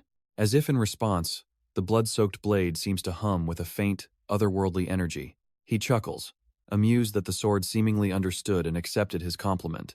She begins to bandage his wounds, still concerned about the high realm of the opponent he just faced. As she wraps his hand, he explains this is his method, he only grows by challenging those far stronger. But she calls his training style suicidal, her voice laced with fear for his reckless path. His expression turns deadly serious.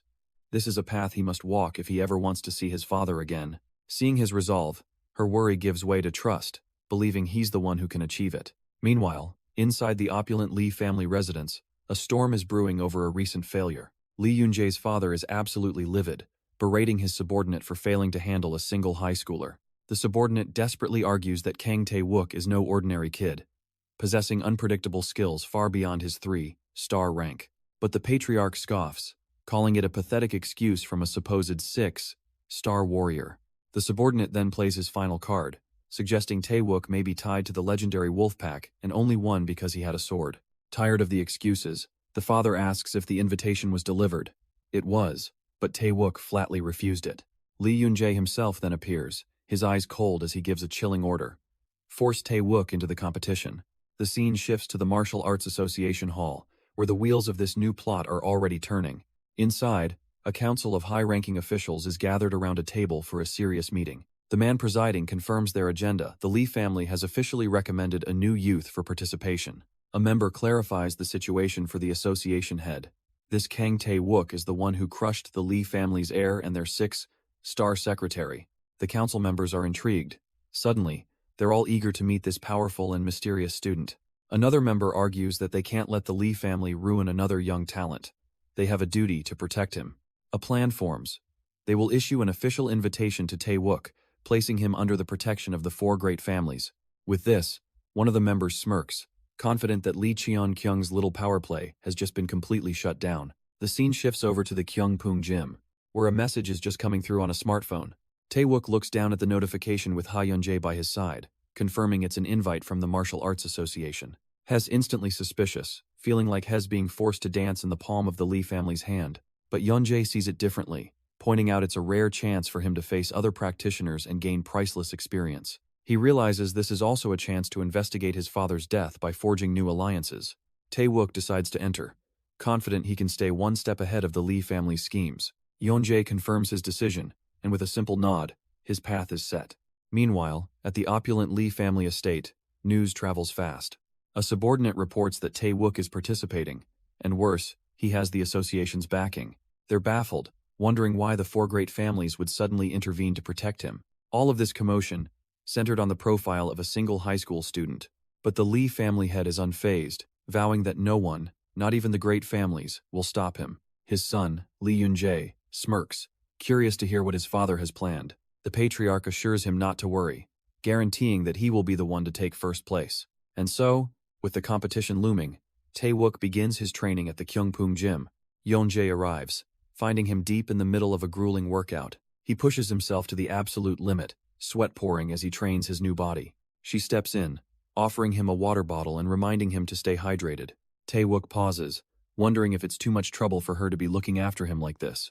But Yun-jae just smiles, telling him it's no trouble at all. She's already prepared to cheer for him. Her support lights a fire in him, and he clenches his fist, determined to work even harder. Seeing the time, she suggests they call it a day, so he'll be ready for class tomorrow. They head outside, the training session finally over, only to be met by the last person he expected to see, Choi Ji-yeon, demanding to know why he's here. Choi Ji-yeon stares them down, announcing she has something to say. Trying to break the tension, Tae-wook quickly introduces Ha Yun-jae. Yun-jae offers a polite, almost formal greeting to their unexpected guest. Ji-yeon takes her hand, remarking that she's heard quite a lot about her. With a disarming smile, Yun-jae suggests they all go inside to chat properly. The awkward meeting moves from the street into Kang Tae-wook's home. He plays the gracious host, serving his two guests some chamomile tea. But as he hands a cup to Yun-jae, Ji-yeon can't help but notice how close they are. Her eyes narrow slightly as she asks the million-dollar question, "Is Yun-jae living here?" Tae-wook confirms it's temporary, then asks what emergency brought Ji-yeon here so late. Ji-yeon cuts to the chase, telling him it would be better if he didn't participate in the upcoming competition. He asks how she knew, and she reveals that Lee Yun-jae is already running his mouth, vowing to crush Tae-wook in front of everyone. Yun-jae confirms their suspicions. She knew something was off when the Lee family sent that invitation, and this is clearly a trap. With a desperate plea, Ji-yeon warns him that everyone who ever threatened the Lee family in this competition has met a miserable fate. But Tae-wook is completely unfazed, stating that while he doesn't seek trouble, he has absolutely no reason to run from it. Her hands clench in her lap, his stubborn refusal to see the danger clearly frustrating her. Seeing this, Yun-jae Long, telling Ji-yeon that his mind is already made up and they should just support him. She assures her that Tae-wook is far from weak, and even advises Ji-yeon to call him if Lee Yun-jae causes her any trouble. Tae-wook offers a confident smirk, promising that he'll take care of it all. Left with no other choice, Ji-yeon quietly relents, though the worry still lingers in her eyes. With a final, flustered apology for dropping by, Ji-yeon quickly excuses herself. Tae-wook and Yun-jae both watch as she disappears down the hall. Once she's gone, Yunjae turns to him, stating the obvious. Ji-yun definitely likes him. Tae-wook is caught completely off guard, waving his hands and blushing as he insists he's the faithful type. Her smirk widens as she playfully presses him, asking who exactly he's so faithful to. The question leaves him completely speechless, a deep blush creeping across his face. But his expression hardens as he explains he can't be distracted by feelings, not with his father's death to investigate. Yunjae sighs in frustration, wondering why it's so difficult for him to just say what he means. Suddenly, their conversation is cut short by the arrival of a sharply dressed young man. He glances their way with an air of smug superiority, clearly looking for someone. As Ji-yeon walks away from Tae-wook's place, she can't help but wipe away a tear. The blonde man spots her, immediately connecting her presence to Tae-wook's nearby home. He wastes no time, calling out her name with a sharp, demanding tone. Ji-yeon turns, startled, amazed, as he bluntly asks if she just came from seeing that riffraff Tae-wook. He sneers, asking if she's so shocked because she expected him to have beaten Tae-wook to death by now. Her silence and tears are all the confirmation he needs, but he presses on, demanding to know what Tae-wook did to her. Fed up, she snaps back, telling him to mind his own business. He grabs her arm, his jealousy flaring as he questions why she's so cold to him yet fawns over Tae-wook. Shoving his hand away, Ji-yeon declares fiercely that he can't even hold a candle to Tae-wook. The insult hits its mark, and the blonde rival is left seething in silent, humiliated fury. He shoves a card into her hand, promising she'll see him smash that arrogant Tae-wook to pieces. It's a spectator ticket to the martial arts competition, the perfect stage for his revenge. She crumples it defiantly, telling him not to be a fool. Tae-wook will never lose to someone like him. He just smirks, smugly telling her they'll talk again once the results are in. Elsewhere, Ha Tae-yong is on the phone, getting absolutely chewed out for his recent actions. Hess questioned for sending Im Soo-hoon after Tae-wook, directly defying the president's orders. Tae-yong explains to his father that he was cornered. The miss would rather die than come with them. But his father has a new directive. The president wants Tae-wook crushed at the competition. A cold glint of understanding appears in Tae-yong's eyes as he processes the new plan. His father adds a final warning, telling him to keep his distance from Im Soo-hoon, the unpredictable pawn. His father hangs up the phone, his face a mask of annoyance and resolve. Elsewhere, Tae-yong is already contemplating his next move, wondering who to send to the martial arts competition. A voice suddenly cuts in from the side. It's Im Soo-hoon, volunteering himself for the task. Tae-yong spins around, completely startled, demanding to know how long he's been listening in. Im Soo-hoon claims he simply overheard, but he's burning for a chance to pay Tae-wook back for his past humiliation. But Tae-yong is skeptical, reminding the pawn that he was utterly demolished in their last encounter. Im Soo-hoon fires back, insisting Tae-wook only won because he had help, a trick he can't use in a formal competition. A cruel smile spreads across Tae-yong's face as he considers the possibilities. He agrees, but on one condition. The pawn's eyes narrow, waiting to hear the dark terms of their new deal. Tae-yong's order is simple and brutal. Kill Kang Tae-wook during the match, and make it look like an accident. The scene shifts to the massive martial arts competition, an event held only once every 3 years. The stakes are immense, as the winner of this tournament gets to advance to the finals in the capital. For these fighters, this is more than a competition. It's a chance to be noticed by the great families. The first round is pure chaos, a 5-0 man battle royale where survival is the only goal. Watching from the stands, Ha Yunjae and Lee Yunjae observe the brutal free-for-all. She astutely points out a potential flaw in the rules. What if everyone simply agreed not to fight? He smirks, explaining the system is designed for bloodshed. With a 2-0 person cap, a truce would just lead to overtime. Down on the floor, one contestant isn't fighting at all, surrounded by a ring of bodyguards clearing his path. This silver-haired fighter simply stands there, his cold gaze sweeping over the carnage with utter disdain. Lee Yunjae scoffs at the dirty rat, but Ha Yunjae notes that the rules apparently allow for this kind of team play. The silver-haired fighter's gaze drifts from the carnage, sweeping over the spectators in the stands. His eyes lock onto someone, a flicker of disbelief crossing his face as he realizes Kang Tae-wook is here. The intense stare doesn't go unnoticed, and Lee Yunjae smugly tells him to mind his own business. Just then, Ha Yunjae's attention is also stolen as another familiar face appears. It's Choi Ji-yoon, who joins them explaining she was curious and got a ticket from Lee Yun-jae. She asks if he thinks he can win, and he answers with unwavering, absolute confidence. Hearing this, the silver-haired fighter's eyes narrow with hatred, promising to shatter that arrogance himself. But his internal vow is cut short as some random brawler charges in, hoping for a cheap shot. The man is effortlessly dispatched with a single, contemptuous kick, told simply to get lost. Meanwhile, other fighters gossip about Lee Yun-jae's merciless reputation, a dangerous topic to broach so openly. They mutter that the Lee family always dominates, so everyone else should just focus on surviving, a sentiment that brings a confident smirk to Lee Yun-jae's face, as if victory is already his. His friends try to warn Tae-wook about their schemes, but he just promises to win it cleanly, no tricks needed. With that, he steps into the arena, surrounded by the other fighters for the next round.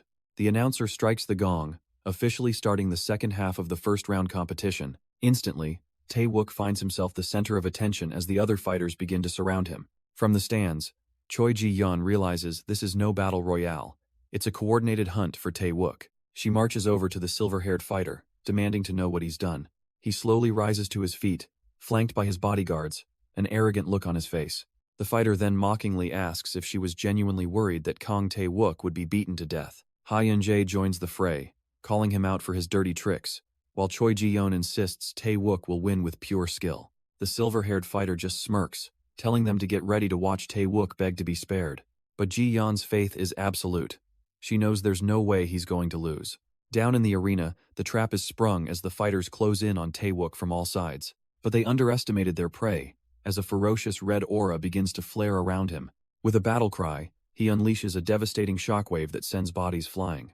The first wave is cleared in an instant, but Tae-wook takes a moment to catch his breath. His brief respite is cut short, as a far more imposing figure steps out from the crowd, looking ready for a real fight. High above the arena, Lee Yun-jae watches the spectacle from the comfort of a private suite. He's not alone. The patriarchs of the Lee family are seated right beside him, enjoying the show they've arranged. A subordinate whispers an update to the Lee family patriarch, who listens with cold indifference. Down in the ring, Tae-wook glares at the remaining fighters, daring them to attack all at once. But before they can move, an announcer suddenly calls an end to the round. The time limit is up. Tae-wook lets out a quiet sigh of relief. He knows he just got lucky. Watching from the stands, a blonde-haired rival scoffs, unimpressed and attributing the victory to pure chance. Ha Yun-jae and Ji-yeon rush over, worriedly asking if he's hurt and offering him some water. He gratefully accepts, taking a moment to recover from the grueling fight. He admits to Ji-yeon that he's far more drained than he expected, blaming that bastard Lee Yun-jae for this setup. Just then, a familiar, smirking face appears before him. It's Im Soo-hoon, his next opponent. Tae-wook is completely stunned, his mind reeling at this unexpected turn of events. Tae-wook looks out into the crowd, his eyes locking onto a familiar face. He can't believe it, Im Soo-hoon. He demands to know why that unpredictable pawn is even here. A chill runs down his spine as he remembers almost losing their last fight. He's certain he's being targeted again. The third day of the martial arts competition begins, with the remaining fighters gathering. An official lays out the rules for the second round, a brutal win streak system where only the last one standing advances. Watching from the sidelines, Ji-yeon and Yeon-jae pray he can just avoid being picked first. Yeon-jae knows how draining the first round was. If he's chosen to lead the charge this time, it could be devastating. With a grim expression, Tae-wook steps forward to draw his number. And then, the announcer's voice echoes through the arena. Kang Tae-wook, Group 1, Number 1. His blonde-haired rival scoffs, giving a condescending thumbs down, relishing in Tae-wook's terrible luck. Tae-wook can only scoff at his rotten luck. But right after him, a smug, silver-haired fighter steps up to the box. He draws his ticket, and the announcer calls out his name, Lee Yun-jae, Group 8. Number 10, the best possible draw. From the stands, his friends can't believe it, immediately suspecting the whole thing was rigged against him. High above in the VIP seats, the Lee family patriarch calmly remarks that luck itself is a type of skill. A stern-looking dojo master nearby seems to silently disagree with that philosophy. The patriarch continues, adding that luck without skill is meaningless, telling his colleague to simply wait and see. Down in the arena, the first match is officially announced. Kang Tae-wook versus Jang Dong-yun. His opponent takes a formal fighting stance, looking calm and focused. Tae-wook returns the gesture, realizing with some relief that he's at least facing a manageable late 2-star opponent first.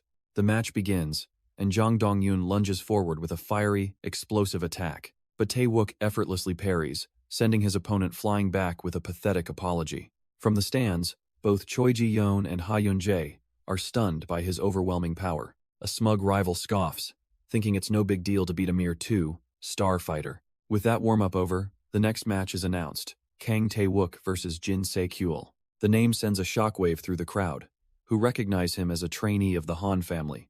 Stepping forward is Jin Se-kyul himself, a middle stage 4 star, who politely greets his opponent. Tae-wook returns the formal gesture, his eyes narrowing as he takes in this new, powerful presence. The two fighters take their stances, the atmosphere in the arena instantly growing heavy. This opponent is from one of the 3 major martial arts families of the capital, a different league entirely. Tae-wook analyzes his foe. Though from the weakest major family, his foundation is solid and cannot be taken lightly. The match begins as Jin Se-kyul explodes from his stance, a blur of motion rushing to attack. A calm breath, and a golden aura flares around Tae-wook, who seems thrilled to finally face a real talent. Jin Se-kyul unleashes a strike, his fist cloaked in a vicious purple energy that slams into his opponent. He's shocked to see Tae-wook stand his ground, realizing this kid has far exceeded his initial expectations. Tae-wook plants his foot, the sheer force of it cracking the arena floor, and acknowledges the Han family's power. But then he effortlessly catches the next blow, his own fiery energy erupting as he warns it won't be enough. Undeterred, Jin Se-kyul unleashes his signature technique, the devastating spiral cut. Golden flame clashes violently against the swirling violet energy of the chop. The impact results in a massive shockwave, blasting dust and debris across the stage. Jin Se-kyul is stunned, wondering what kind of skill could just nullify his power in an instant. Meanwhile, Tae-wook recognizes that his own counterattack, a skill from his father's book, wasn't enough to finish it. Done with the warm-up, Jin Se-kyul explodes with violet energy, declaring the real fight starts now. He rockets across the stage, a purple comet of pure aggression aimed right at his opponent. Closing the distance in a heartbeat, he prepares to land another decisive blow. Tae-wook simply stands his ground, calm and collected as a golden light emanates from his chest. As the attack comes flying, his hand moves with impossible speed, deflecting the strike. A whip of golden energy wraps around Jin Se-kyul's arm, binding it completely. The elite fighter is frozen in shock, his fist caught and his momentum utterly shattered. With his opponent trapped, Tae-wook prepares to unleash his own devastating finisher. With a single motion, Tae-wook unleashes a devastating spiral cut, sending his foe flying. Jin Se-kyul crashes hard onto the arena floor, the impact kicking up a cloud of dust. In the crowd, Ha Tae-young's crew stares in open-mouthed shock, unable to process what they just saw.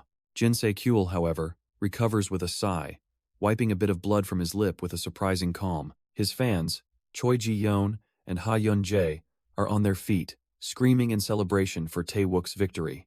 But not everyone is impressed. The Lee family patriarch scoffs, calling the Han family's skills pathetic.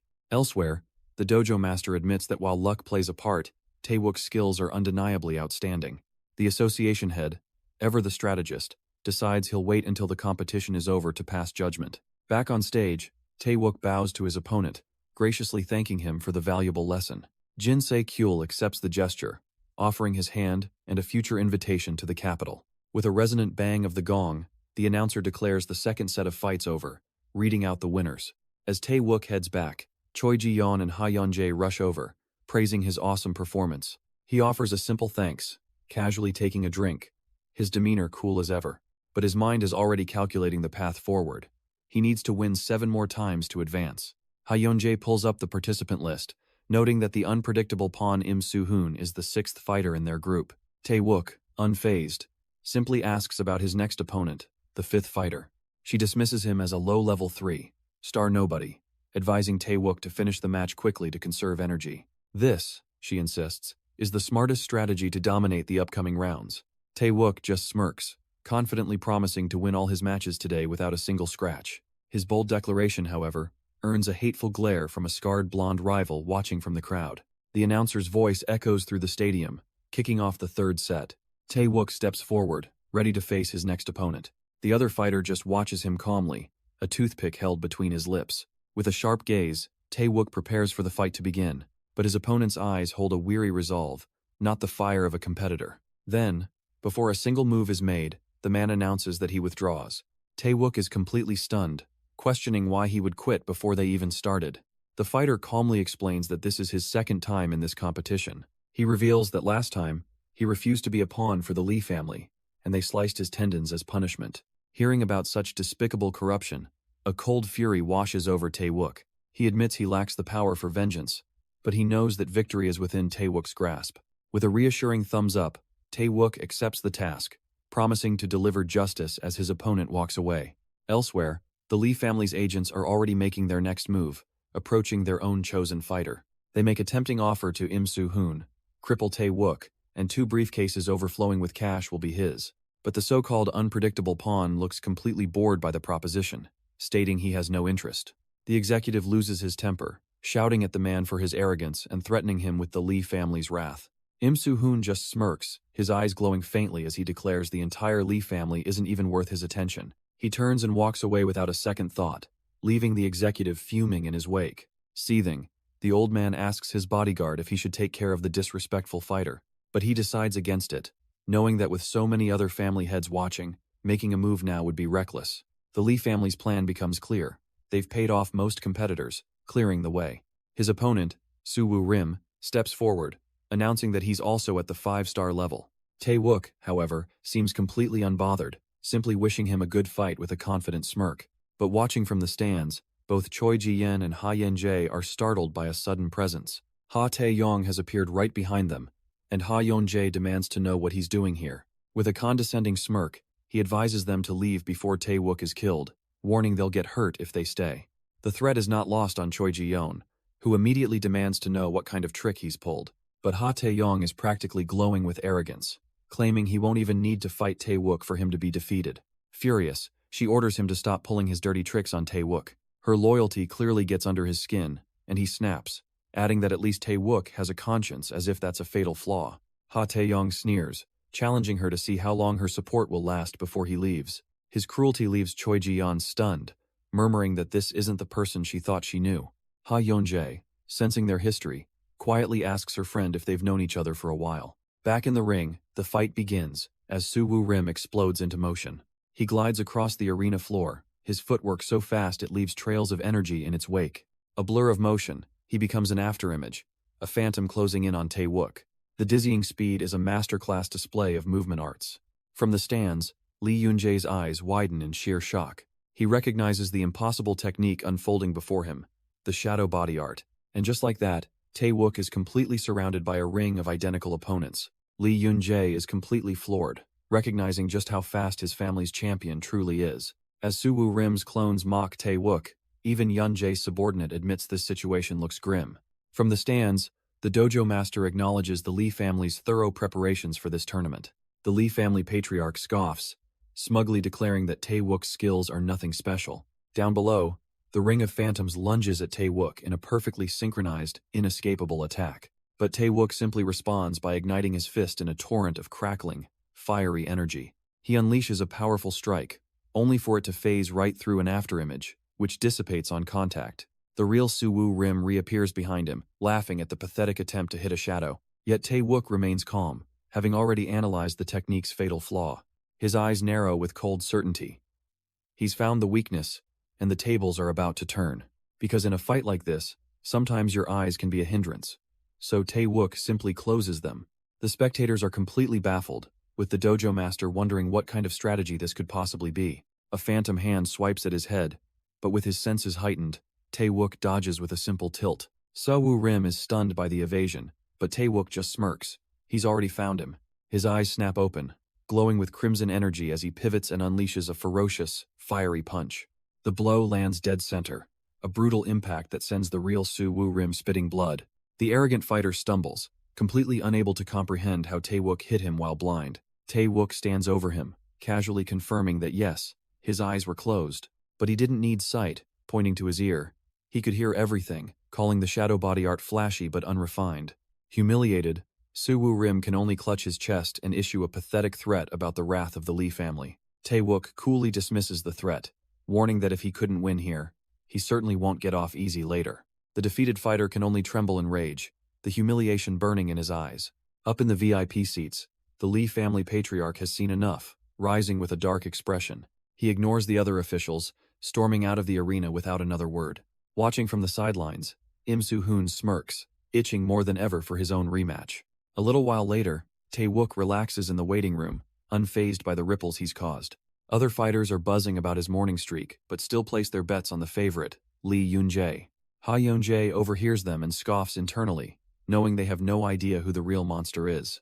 With a flash of inspiration, she turns to Choi Ji-yeon, asking if she has any money on her. Confused but trusting, Ji-yeon hands over a thick stack of cash, ready to back her friend's play. A short while later, the crowd is back on its feet, roaring with excitement. Tae-wook is in the ring once more, easily handling yet another challenger. He closes the distance in a blur, promising to end things quickly. And just like that, his hand is raised, another victory to add to his streak. In the stands, Ji-yeon watches, asking Yeon-jae about the next opponent, Im Soo-hoon. Yeon-jae explains he's one of only 2 fighters there who uses both medicinal and martial arts. As the famed fighter enters the arena, she reminds Ji-yeon that Tae-wook nearly lost to him last time. Im Soo-hoon smirks, telling Tae-wook he's been patiently waiting for this day to come. But Tae-wook just gives him a deadpan look, coolly dismissing the heartfelt reunion. Im Soo-hoon just laughs, vowing that Tae-wook's impressive winning streak ends right here, right now. Tae-wook has no patience for this, telling him to stop running his mouth and start fighting. But Im Soo-hoon just smirks, offering a generous handicap of 4 free hits. He calls Tae-wook an arrogant brat, unable to appreciate such a grand gesture. That's it. Tae-wook has heard enough, and instantly explodes forward. A lightning-fast punch slams into Im Soo-hoon's gut before he can even react.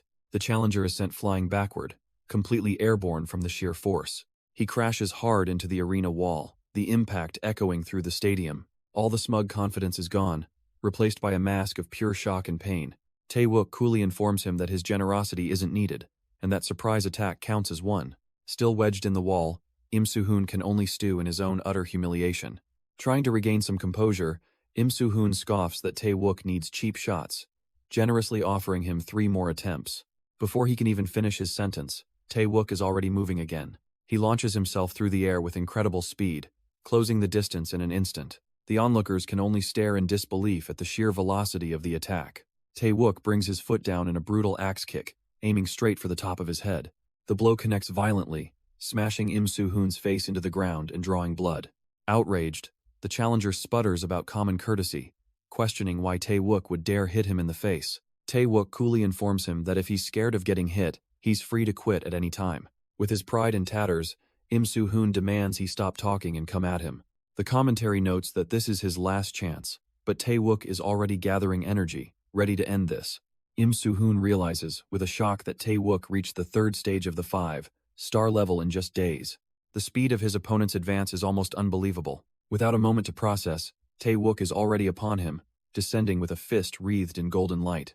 The crowd erupts, finally understanding that they've been watching a monster who was hiding his true skills all along. The punch connects with brutal force, sending a shockwave through Im Soo-hoon's body. He staggers back, dazed and bleeding, the sheer power of the blow overwhelming him. Tae-wook stands over him, completely composed, asking if he's ready to give up or if he can still fight.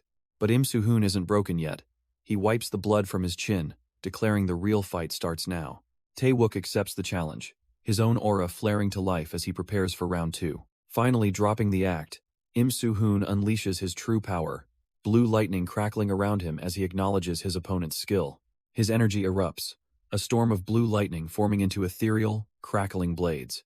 Tae-wook stands his ground, facing down the overwhelming pressure of his opponent's true power. Up in the stands, Jin Se-kyul explains that even at the same 5-star level, a serious Im Soo-hoon is 3 stages higher.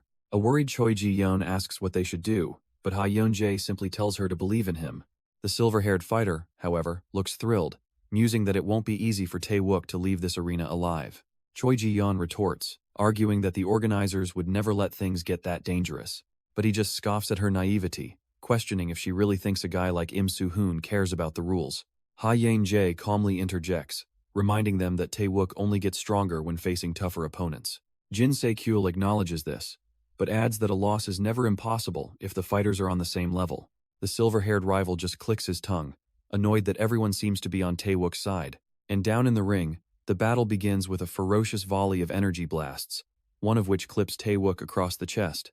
Im Soo-hoon grits his teeth, pouring even more power into his attack, determined to overwhelm his opponent from the start. But Tae-wook is already moving, weaving through the storm of energy with practiced ease. He lands firmly, the ground cracking under the force as he braces himself for the real fight. In the stands, both Choi Ji-yeon and Ha Yeon-jae can only cry out his name in alarm. Tae-wook responds by unleashing his own brilliant aura, a massive explosion of power that ripples through the arena. He stands firm amidst the swirling energy, his eyes locked on his opponent with cold focus. Im Soo-hoon, however, just laughs maniacally, thrilled to finally have a real fight on his hands. He announces that this is it, he's about to unleash his ultimate technique, and Tae-wook had better be ready. But Tae-wook remains unflustered, calmly remembering how he was overwhelmed in the past. But this time, he knows, things will be different, as golden energy erupts from his fists. His eyes glow with absolute resolve. He's determined to win this fair and square. Im Soo-hoon descends like a lightning bolt, a blur of blue energy aimed to finish this. Tae-wook tracks the incoming attack, his focus unwavering. Their fists collide with a massive burst of power that rocks the arena. The shockwave of their clash radiates outward from the center of the ring. Locked in a fierce struggle, they glare at each other, neither giving an inch. Their high-speed exchange continues until one fighter is blown away with a sharp cry. Im Soo-hoon's foot stomps down decisively on a piece of tattered white fabric. He grinds the remnant of Tae-wook's shredded clothing into the ground with contempt. Im Soo-hoon is sent skidding across the ring, the fight decisively over. From the sidelines, Choi Ji-yen and Ha Yin-jae watch with stunned silence. With his head hung low, Im Soo-hoon is forced to admit his utter defeat. The arena erupts in cheers as Kang Tae-wook stands as the clear victor. The girls' shock immediately turns to celebration, cheering for their friend's win. Tae-wook allows himself a small, confident smirk, another obstacle overcome. But not everyone is impressed. A silver-haired fighter in the crowd scoffs at the display. Later, the group celebrates his advancement to the next round with a toast. Tae-wook and the girls enjoy a drink, finally able to relax after the intense match. Ji-yeon asks if Hell watch the next fight, and he agrees it's wise to study his future opponent.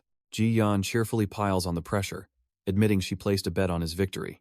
The next day, the tournament is underway, and the stadium is buzzing with excitement. Tae-wook kicks back with the girls, finding it far more fun to watch than to fight. Down in the ring, the matches are a blur of high-speed action. One fighter lands a brutal, jaw-shattering punch, ending his bout decisively. He stands victorious over his fallen opponent as the crowd cheers on. With that match over, the announcer steps forward to introduce the final contestant. A silver-haired man walks into the arena, radiating an aura of absolute confidence.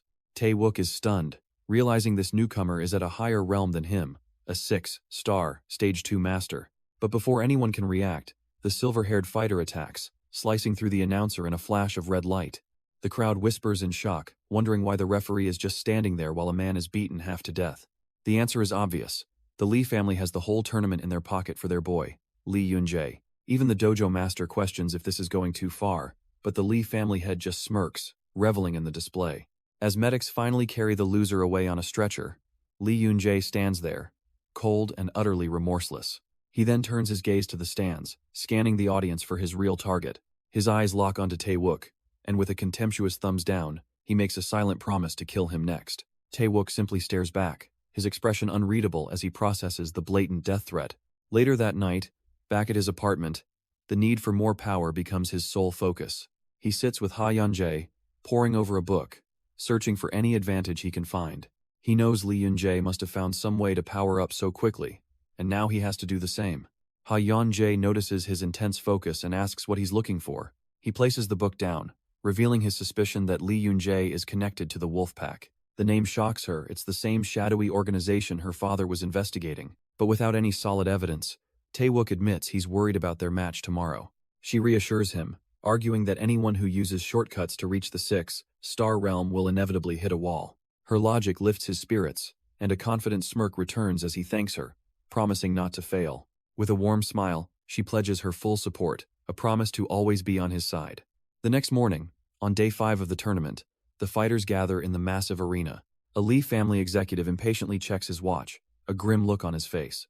The other competitors start to murmur, wondering where their champion is. Has Lee Yun-jae actually forfeited? And where is he? Tucked away in the VIP waiting room, of course.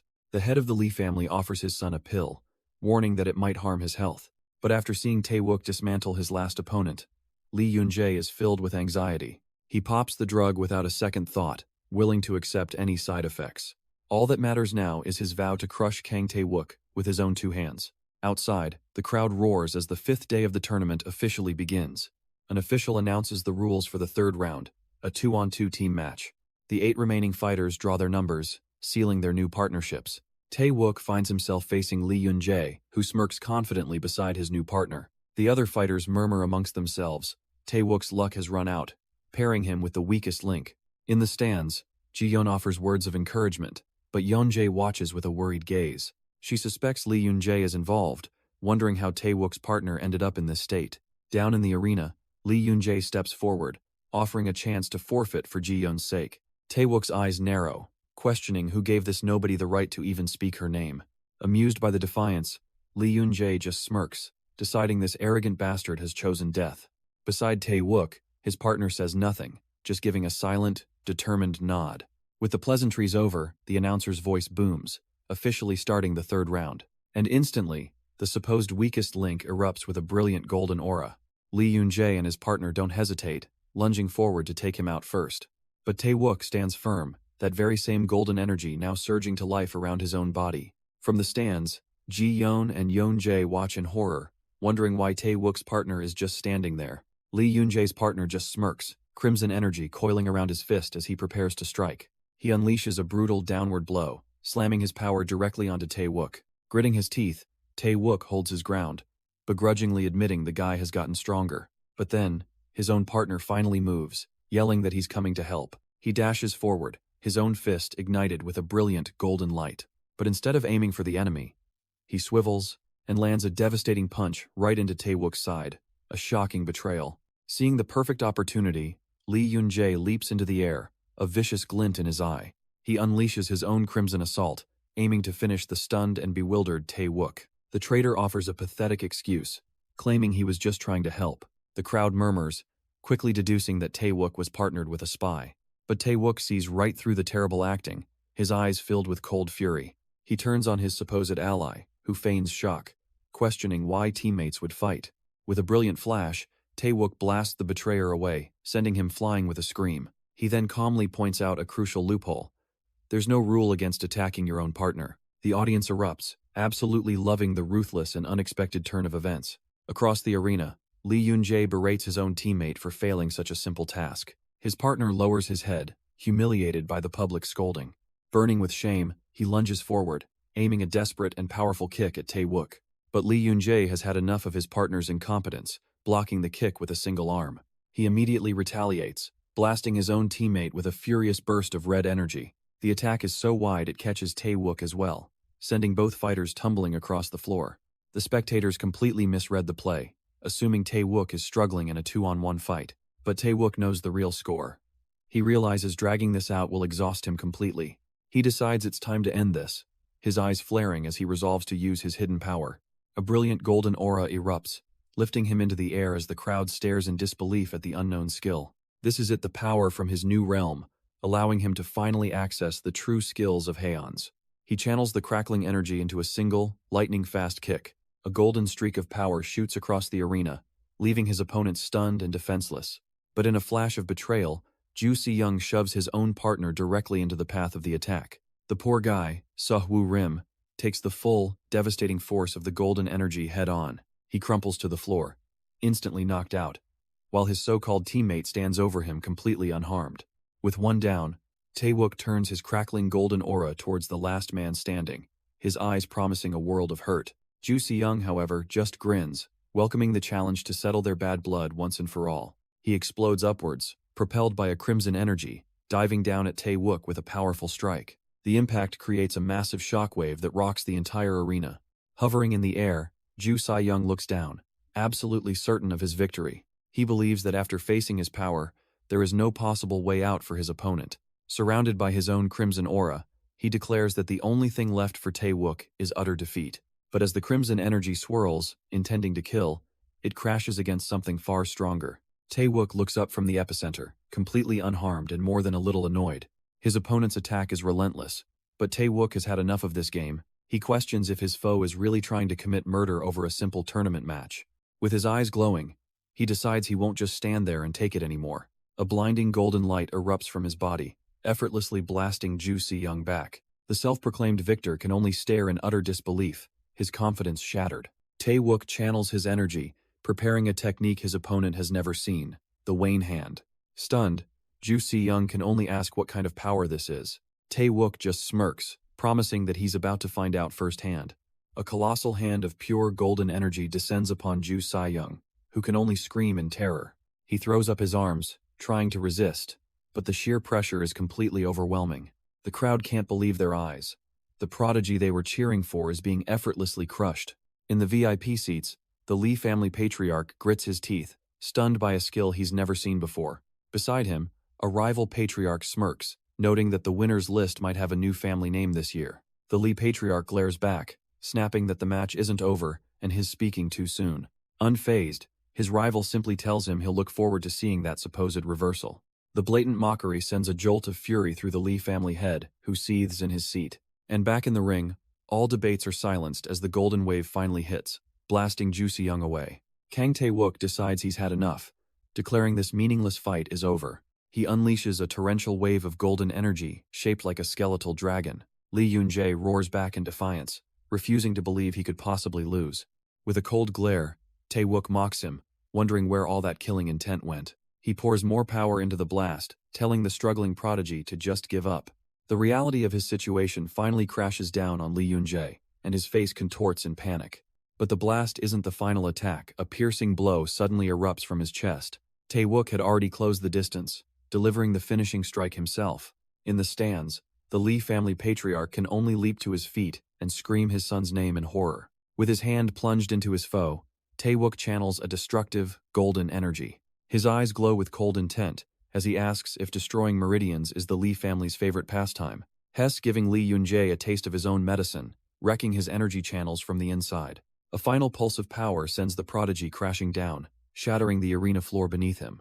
Lee Yun-jae lies broken, his mind reeling in disbelief. He knows he took the drug, yet he still lost. The battle is over, and Tae-wook finally takes a breath, crouching over his utterly defeated opponent. But from the stands, the enraged Lee family patriarch comes storming down, bellowing in fury. The entire crowd watches as the furious family head makes a beeline for the center of the arena. Ha Yeon-jae and Choi Ji-yeon tense up, realizing Tae-wook is now in immediate danger. The patriarch sprints across the cracked stage, heading straight for his son and the man who brought him down. He cradles his son, desperately trying to wake the defeated prodigy. Lee Yun-jae can only manage a weak groan, blood dripping from his lips. The patriarch's hand goes to his son's wrist, checking his pulse and his chi flow.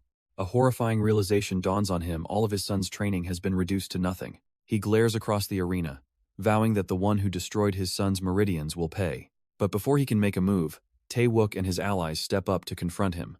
And they aren't the only ones, as the dojo master and his own students form a line to intervene. The master calmly asks the patriarch what exactly he thinks he's doing here. Consumed by rage, the family head screams for them to get out of his way, vowing to kill Tae-wook himself. The dojo master pleads for him to calm down, but the patriarch roars back, refusing to be disgraced by a no-name brat. The dojo master calmly reminds the patriarch that everyone is watching, questioning if he's really okay with his family's honor hitting rock bottom. But the furious father is past caring, convinced that everyone has decided to side with that bastard Tae-wook. His defeated son, Yun-jae, turns to Choi Ji-yeon, bitterly asking if she'll discard him now that he's nothing but a cripple. She looks back at him, not with pity, but with a cold disappointment, telling him he's still so short-sighted. She explains that his strength was never the reason she considered him a friend. Flashing back to a simpler time, she remembers a young Yun-jae whose worries could be washed away with a simple box of candy. He was a person who knew how to share his time with friends. He was human, not just a weapon. Her words only serve to enrage the patriarch further, who snarls at her for her supposed cunning. He glares at Tae-wook and his allies, vowing to never forgive the one who crushed his family's hope, or anyone who stands with him.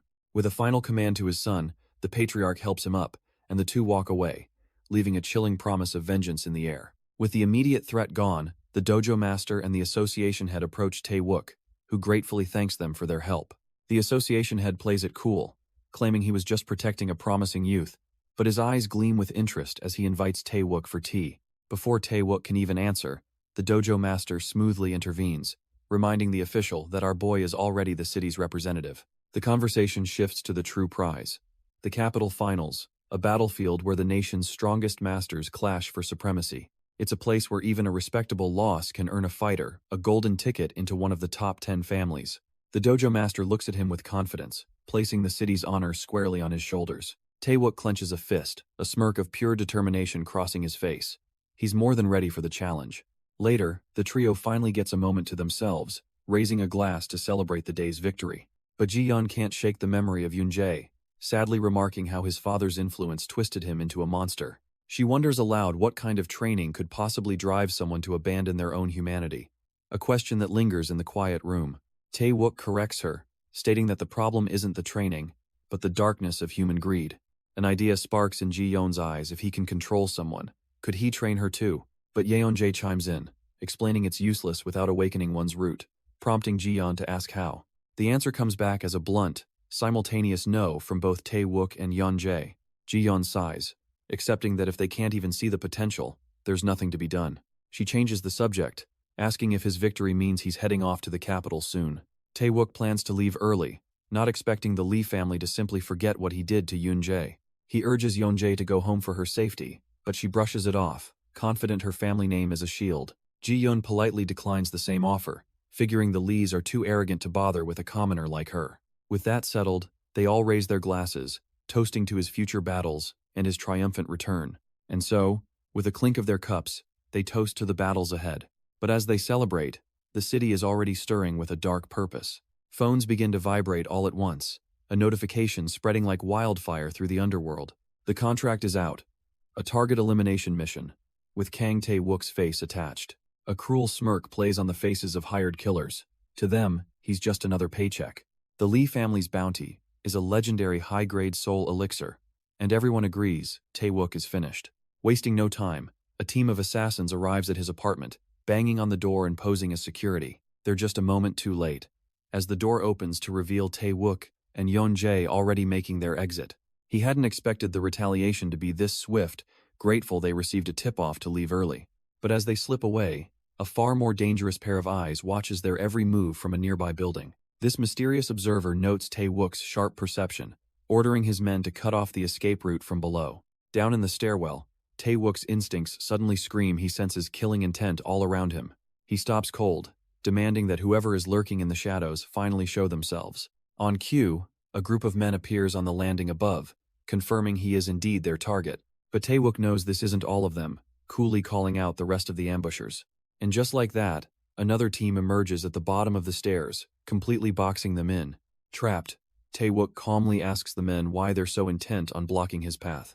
One of the assassins cuts to the chase, revealing the hit is from the Lee family and telling him to surrender. Yeon-jae steps forward, furious, demanding to know what kind of reward is worth causing all this trouble. The assassin simply smirks, recognizing her and warning her to back off. They don't want a war with the Ha family. While Yeon-jae seethes, Tae-wook calmly mocks the assassins for their dedication, asking just how big the reward must be. He then playfully questions which of them actually thinks they'll be the one to collect it.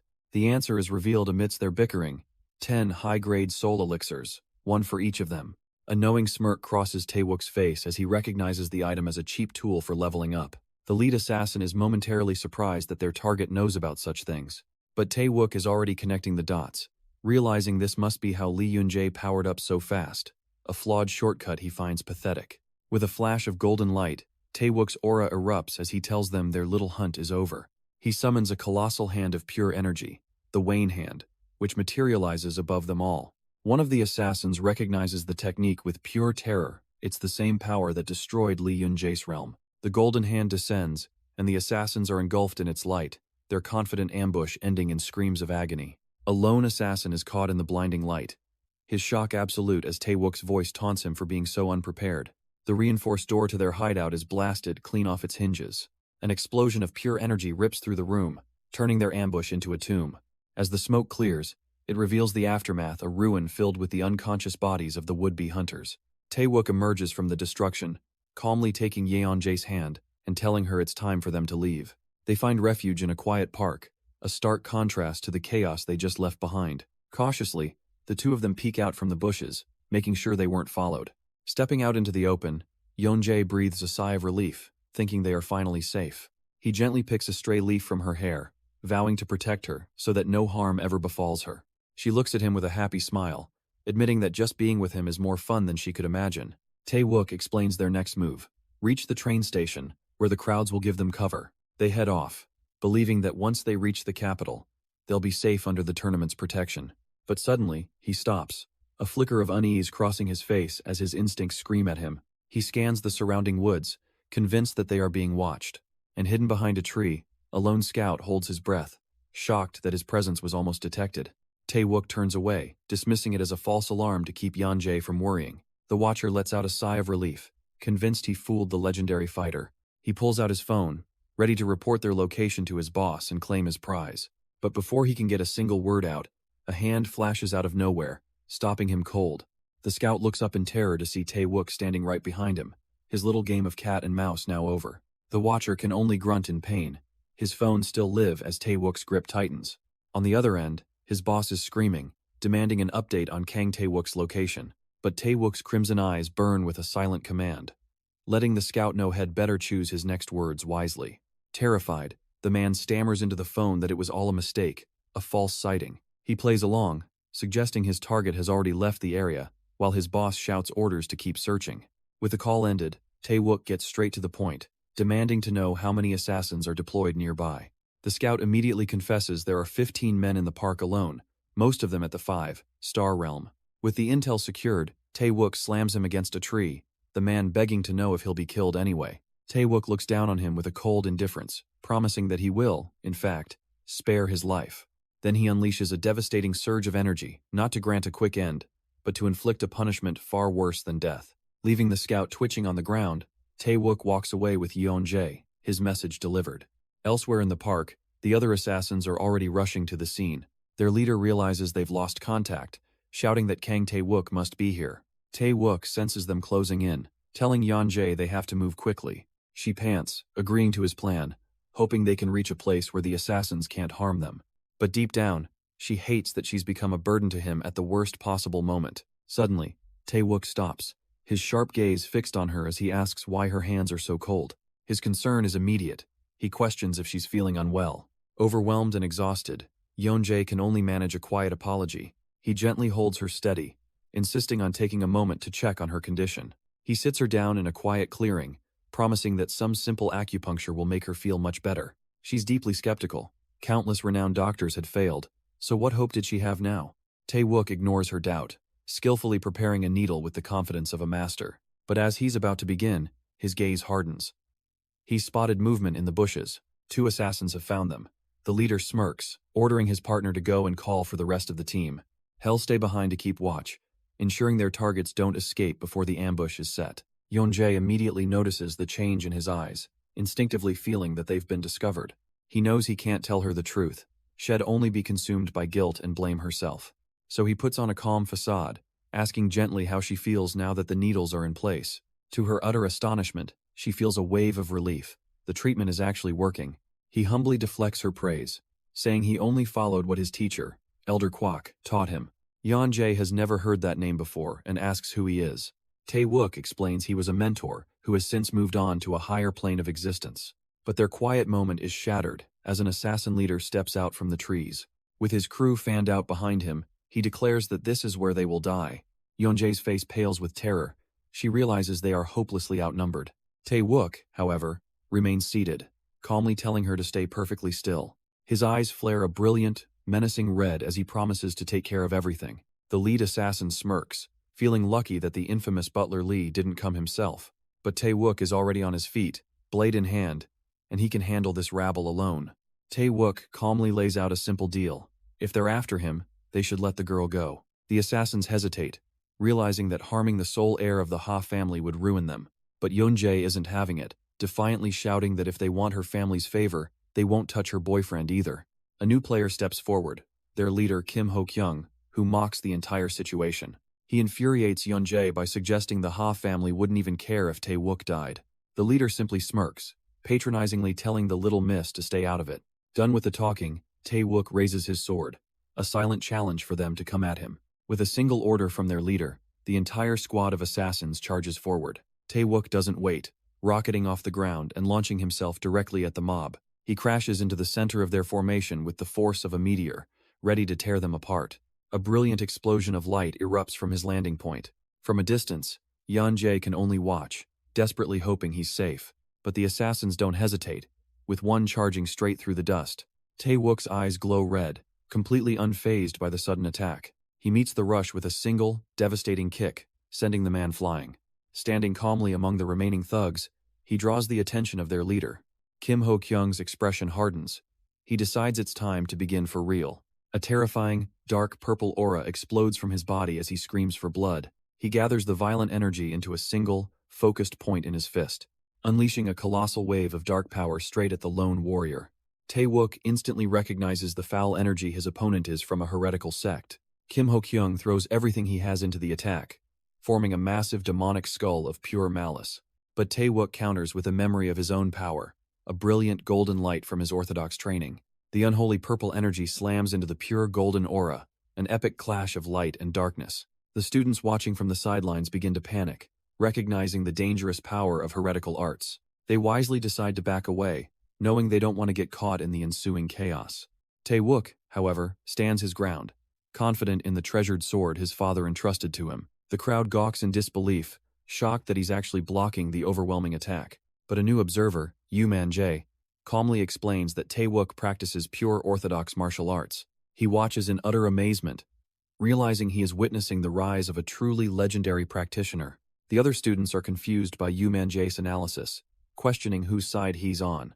Meanwhile, the assassin leader, Kim Ho-kyung, isn't done yet, channeling even more power. He roars, unleashing a vicious tide of his corrupt, heretical energy. The attack condenses into a massive, swirling vortex of pure destruction. But Yu Man-jae seems unimpressed, remarking that Tae-wook is still just a 5-star, like them. He glances over at Tae-wook, as if challenging him to prove him wrong. And in an instant, the expert's smug confidence completely shatters. Tae-wook's golden aura erupts into a massive, blinding pillar of pure orthodox power. Yu Man-jae can only stare in disbelief, realizing his strength has grown impossibly in just one day. Bathed in golden light, Tae-wook calmly holds his ground, on a level they can't even comprehend. To the assassin leader, this brilliant display of power is nothing short of insolence. But Tae-wook simply meets his rage with a roar, raising his golden blade to the sky. The sheer pressure of his orthodox aura is enough to send the other assassins reeling. Unfazed, Kim Ho-kyung unleashes his swirling vortex of corrupted heretical energy. In response, Tae-wook brings his sword down, unleashing a colossal wave of golden light. The attack carves a divine arc through the air, a pure expression of his true power. And in a blinding flash, the two opposing forces finally collide head-on. But it's no contest. The golden light slices right through the corrupted energy with ease. The assassin leader can only watch in horror as his ultimate technique is split in two.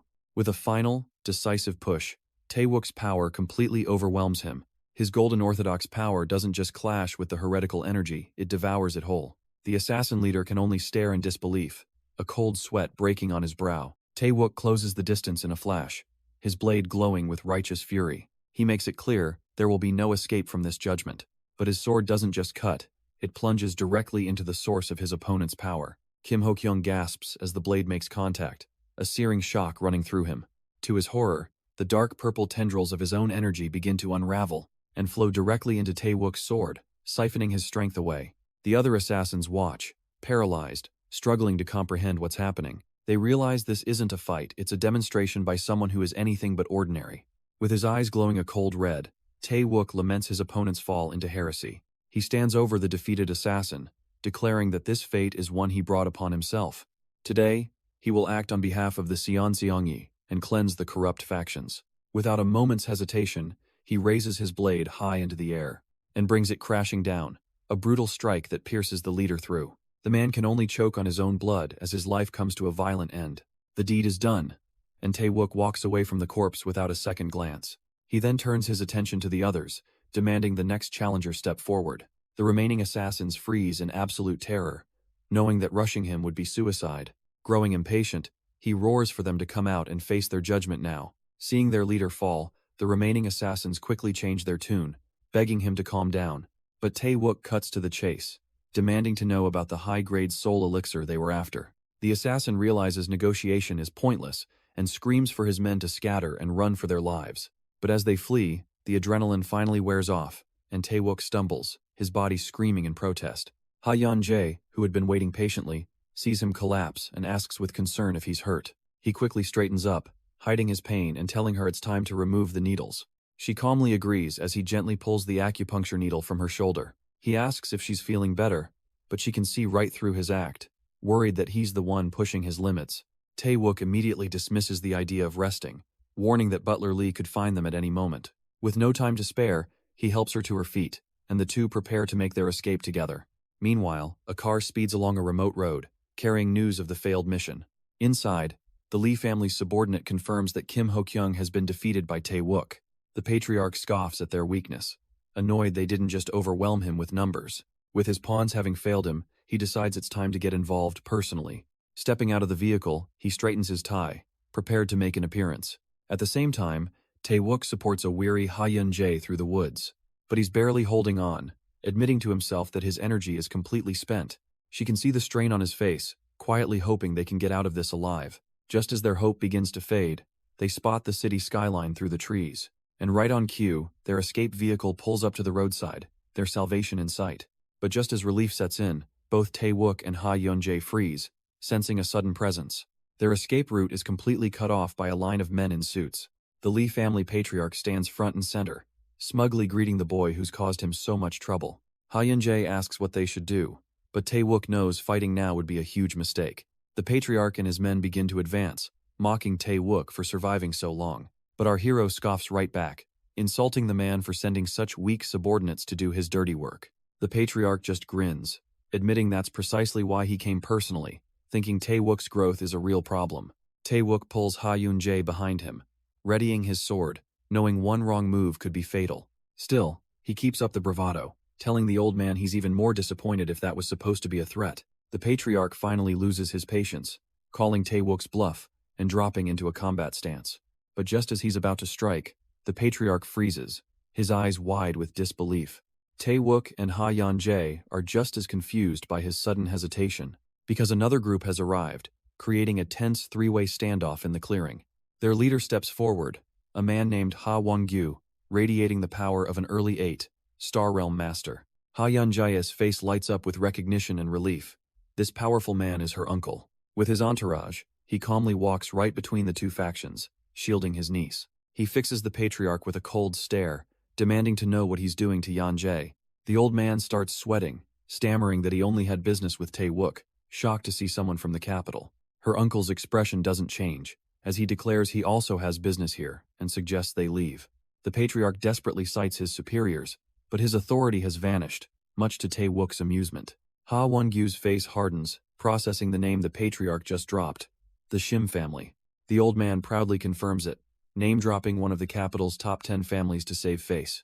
These 10 families are the absolute titans of the martial world, though one, the Kang family, mysteriously fell 18 years ago. But Yeon-jae's uncle is thoroughly unimpressed, cutting the old man down by calling him a mere lackey. He leans in with a cold threat, wondering if the Shim family would really dare to cross his own.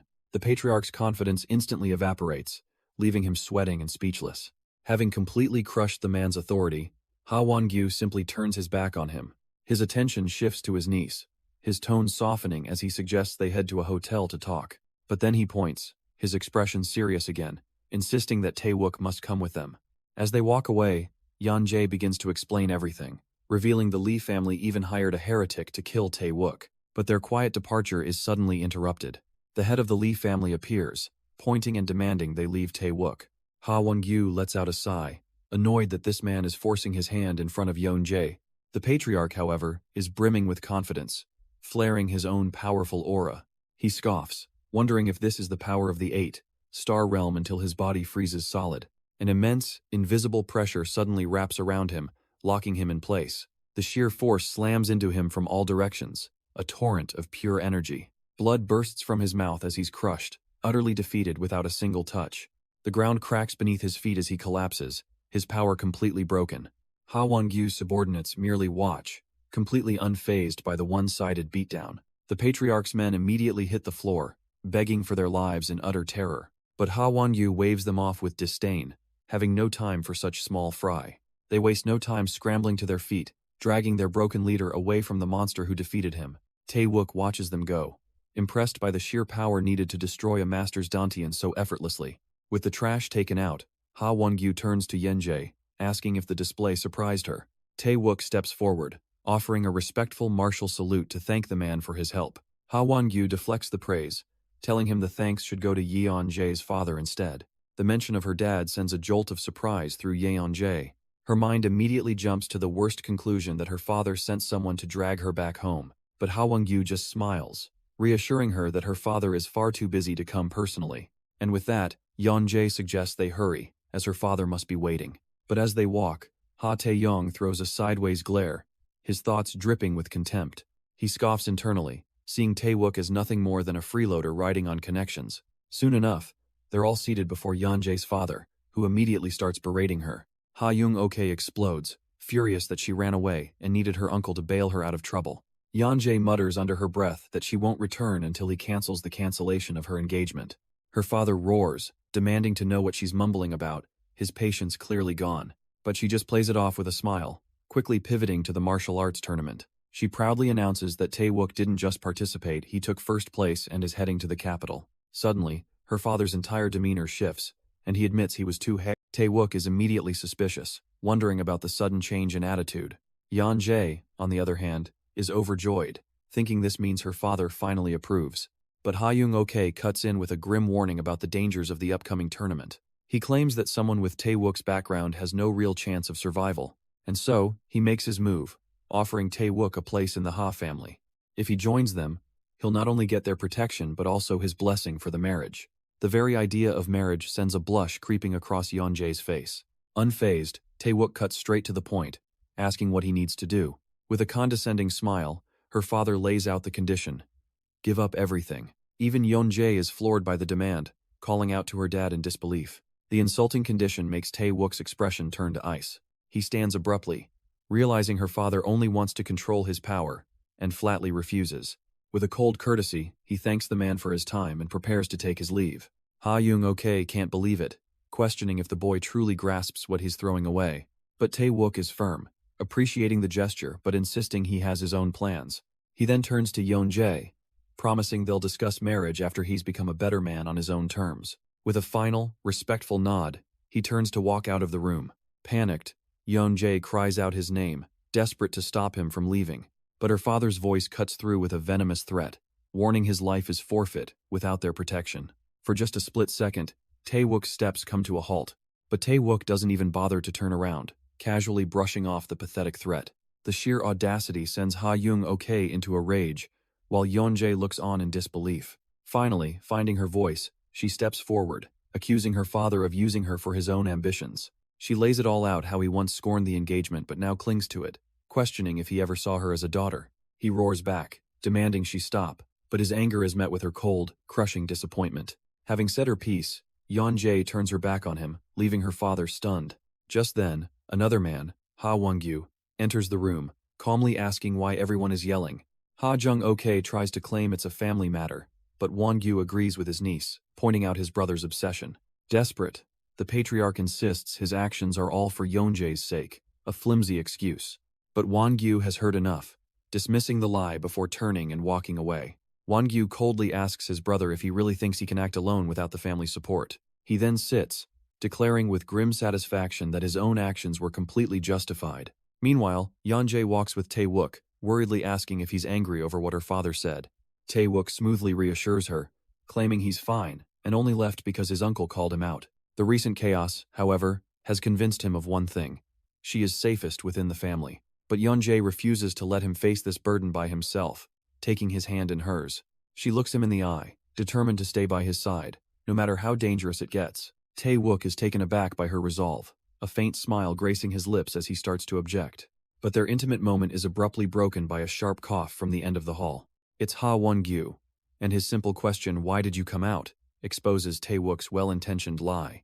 Caught, Yeonjae immediately confronts her uncle, demanding to know if he's on her father's side. Ha Won-gyu tries to calm the situation, reminding her that her father has always been this way. He explains that his brother is only doing what he thinks is necessary to protect their family. But Yeonjae isn't having it, frustrated that her father is making things so difficult for Tae-wook. Her uncle then turns to Tae-wook, suggesting that he should reconsider, admitting that while her father is stubborn, he's not entirely wrong about the danger. Tae-wook's resolve is absolute. He tells him he will not be changing his mind. Seeing their determination, Won-gyu relents and offers a compromise. He'll accompany them to the capital for protection. Yeonjae quickly refuses, not wanting to put her uncle in an awkward position with her father. With a sigh, Won-gyu realizes her decision is final.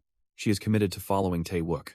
He waves them off, wishing them to be careful as they finally turn to leave. With their decision made, Tae-wook and Yeonjae walk off together, leaving her uncle to watch them go. But Won-gyu's worry gets the best of him, He decides he can't just stand by and will follow them secretly. The two are soon on a high-speed train, making their way to the capital. During the journey, Tae-wook asks if she regrets turning down her uncle's offer of protection. She looks at him with complete trust, telling him she understands perfectly why he had to refuse. A small smile plays on his lips. He's grateful for her unwavering faith.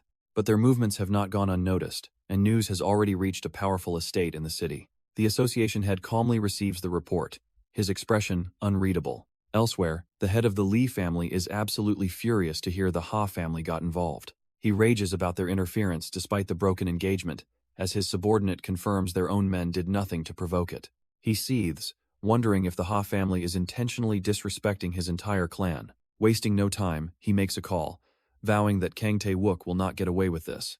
On the other end of the line, he calmly introduces himself as Lee Sok-gyun, head of the Lee family. The man he's called is Ha Won-gyu, who tells him he was just about to make the same call. Ha Won-gyu immediately goes on the offensive, demanding to know who gave them permission to mess with the Ha family. The Lee family head is taken aback, confused by the sudden and aggressive accusation. He presses for details, needing to understand what exactly happened to provoke this call. Lee Sok-gyun explains he was simply getting revenge for his son, whom Tae-wook nearly killed, but Ha Won-gyu interfered. But the man on the other end is merciless, bluntly stating his son was just incompetent and unworthy of being a martial artist. The insult sends the Lee patriarch into a fury, demanding to know why they're siding with the very boy they broke an engagement with. On the other end of the line, a blonde man from the Shim family listens, intrigued by this news. But Lee Sok-gyun is still puzzling over the Ha family's motives for protecting Tae-wook. The Shim family head cuts him short, ordering him to drop the matter completely. He will handle it personally. The Lee patriarch desperately asks what this means for avenging his son. He's coldly told to stay quiet while his superiors look into the situation. Seething with humiliation, Lee Sok-gyun ends the call, furious at being treated like a disposable piece. His resolve hardens, vowing that he will be the one to end Kang Tae-wook's life. Just then, a subordinate enters, announcing a guest has arrived offering to help with his revenge. The patriarch asks who it is, but the guest has refused to reveal their identity. Despite the mystery, he orders his men to let the visitor in, ready to hear them out. Inside the Lee family estate, the patriarch stands over a subordinate who has clearly failed him. The man on the floor is the one who couldn't handle Kang Tae-wook, and his time is up. With a look of pure contempt, the patriarch orders this piece of trash removed from his presence. His men don't hesitate, grabbing the failed subordinate to drag him away. The man desperately begs for forgiveness, citing his years of tireless service to the family. But his pleas are cut short, as the patriarch has no mercy left for incompetence. Just as he's being hauled out, a mysterious cloaked figure calmly walks through the doorway. This newcomer compliments the patriarch's ruthlessness, remarking that the Lee family is as decisive as rumored. The patriarch sizes up the guest, sensing immense skill but finding their true power completely unreadable. Wary but intrigued, he cuts to the chase, demanding to know who this person is. The hooded figure waves off the question of identity, stating that all that matters is their common enemy, Kang Tae-wook. An alliance is forged. The patriarch doesn't care who this person is. If they can guarantee Tae-wook's death, he'll cooperate fully. The scene cuts away to a high-speed train, barreling towards the capital.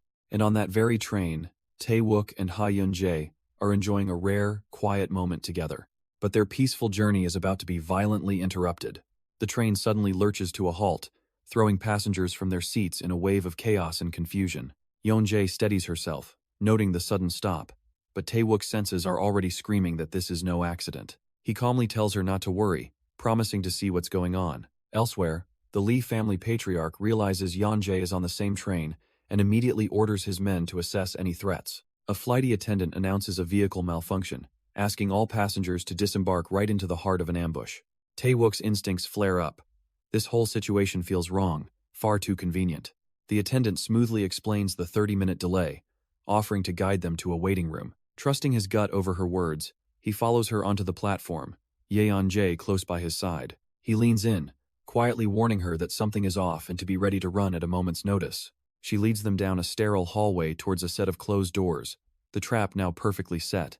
They walk into the designated room, flanked by an unnerving number of stone-faced men. The door clicks shut behind them, the sound echoing with finality as the attendant's smile vanishes. He whips around instantly, his expression hardening as he realizes they've just been locked in. The view pans out, revealing the stark reality.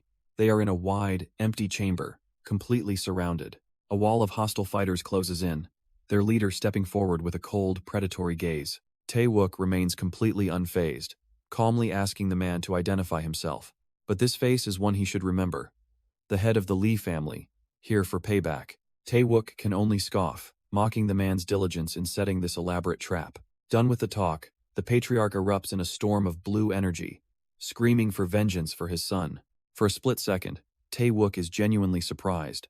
The man's power has grown immensely. With glowing eyes and a furious roar, the patriarch unleashes his full killing intent. Reacting in an instant, Tae-wook shoves Yeonjae out of the way as a massive energy blast fires across the room. He doesn't retreat, instead igniting his own brilliant golden aura to meet the attack head-on. A single fist is all he needs, clashing directly with the overwhelming wave of power. The impact sends a violent shockwave tearing through the chamber, threatening to blow the doors off their hinges. Outside the chamber, Ha Won-gyu's face drains of color as he realizes Yeonjae is in grave danger. Without a moment's hesitation, he sprints towards the source of the commotion. He moves like a blur, only to slam violently into an unseen force. Staggering back, he presses against an invisible wall, completely sealed off from the fight. He can't believe it. The patriarch shouldn't possess the skill to erect a barrier this powerful. Meanwhile, at the dojo, the master senses the crisis and ignites a brilliant golden aura. Gathering his energy, he unleashes the form of a roaring dragon, preparing to charge into battle. Back in the ruined room, Tae-wook is on his knees coughing blood as a frantic Yeonjae rushes to him. The Lee family patriarch looms over them, savoring his moment of revenge for his fallen son. But even injured, Tae-wook's mind is racing, realizing this newfound power could only come from forbidden techniques. But Yeonjae isn't backing down, defiantly planting herself between the old man and Tae-wook. The patriarch sneers, mocking her family's name, and promising to eliminate her right alongside him. She can't believe it. He's actually threatening to go against her powerful father. He just laughs, his mind clearly gone, explaining how he'll just frame Tae-wook for her death. Tae-wook grabs her arm, telling her to stop. There's no reasoning with this madman. With a roar, the patriarch surges forward, convinced his plan is foolproof. Tae-wook's eyes widen in alarm as the attack descends upon them. The old man dives from above, screaming that he's going to bury them all right here. A blinding explosion of energy tears through the room, obliterating everything in its path. But as the smoke clears, a new figure stands tall, wreathed in the golden aura of a dragon. A man in a simple white uniform appears, his gaze locked on Tae-wook with grave concern. Ha Yeonjae's eyes go wide with disbelief. She recognizes him as her Uncle Gu. The patriarch seethes with rage, demanding to know who this stranger is that dared to shatter his barrier. Tae-wook, blood trickling from his lip, looks up with exhausted relief, acknowledging his uncle's arrival. His uncle quickly checks on him, but Tae-wook insists he's fine, just glad that he's safe. But the patriarch isn't having any of this reunion, sneering that hell just kill this fool alongside Tae-wook. Uncle Gu steps forward, shielding the two of them and ordering them to get back. With a roar, his entire body explodes with golden energy, forming the visage of a roaring dragon. He meets the patriarch's attack head-on, a brilliant flash of gold colliding with pulsing blue. The sheer force of the impact sends the patriarch skidding backward, completely outmatched. Watching from afar, Ha Won-gyu is in utter shock, realizing the legendary Gubon-seung is alive. His subordinate asks to move in, but he dismisses the idea, certain that Uncle Gu has everything under control. But his composure cracks when he gets a frantic call. Yeonjae is caught in the middle of the fight. On the other end, Ha Young-ok is losing his mind with worry, desperately asking if his daughter is okay. Ha Won-gyu calmly reassures him that she's safe and being watched, ordering him to wait for updates. Back at the fight, the patriarch's power is completely swallowed by a blinding flash of golden light. He's engulfed in the energy, screaming in disbelief that he could possibly be losing to anyone. Uncle Gu stands before him, offering a single chance at survival. Name the one who taught him the forbidden technique. The patriarch trembles, his body crackling with residual energy, unable to accept this humiliating defeat. The overwhelming force proves too much, and he violently coughs up blood, his body utterly broken. The Lee family head collapses, spitting a final mouthful of blood.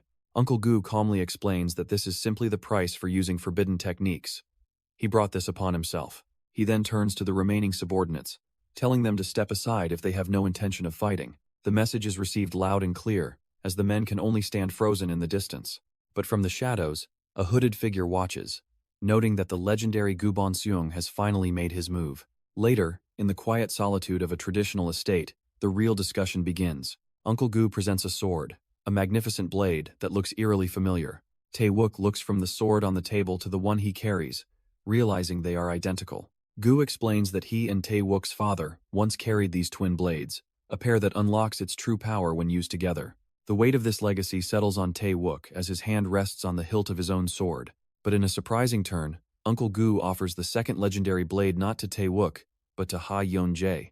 She's completely baffled, pointing out that she isn't even a martial artist. He explains that it doesn't matter. The swords need two owners to release his own seal, and he can sense a martial root within her. The revelation stuns them both, with Yeon-jae questioning if she truly has such potential. To be certain, Uncle Gu asks to examine her meridians more closely. He takes her hand, closing his eyes to focus his internal energy and read her life force. His consciousness drifts to a vast, snowy landscape, a representation of his deep concentration. He carefully traces the flow of her ki, searching for the truth of her power. Suddenly, his eyes snap open, his expression one of utter shock and disbelief. The sudden shift in the atmosphere doesn't escape Tae-wook, who immediately asks if something is wrong. Uncle Gu explains that while he couldn't see it clearly, her dantian is abnormal. She definitely has a martial root. This piques Tae-wook's interest, who asks if the old man also saw the snowy mountain within her. With a grave expression, Uncle Gu confirms that he did. He reveals that her father believed it was an incurable disease, but he now knows the truth. She is a natural-born practitioner. Yeon-jae and Tae-wook exchange a silent, meaningful look, the weight of this revelation settling between them. With the mystery solved, Uncle Gu presents her with the second sword, hoping she will join forces with Tae-wook. She takes the blade, her eyes burning with newfound purpose, promising she will no longer be a burden. Tae-wook accepts her resolve, placing his own sword down beside hers in a silent pact. Standing side by side, they cross the twin blades and ask the master to finally release their seal. A proud smile spreads across Uncle Gu's face as he readily agrees.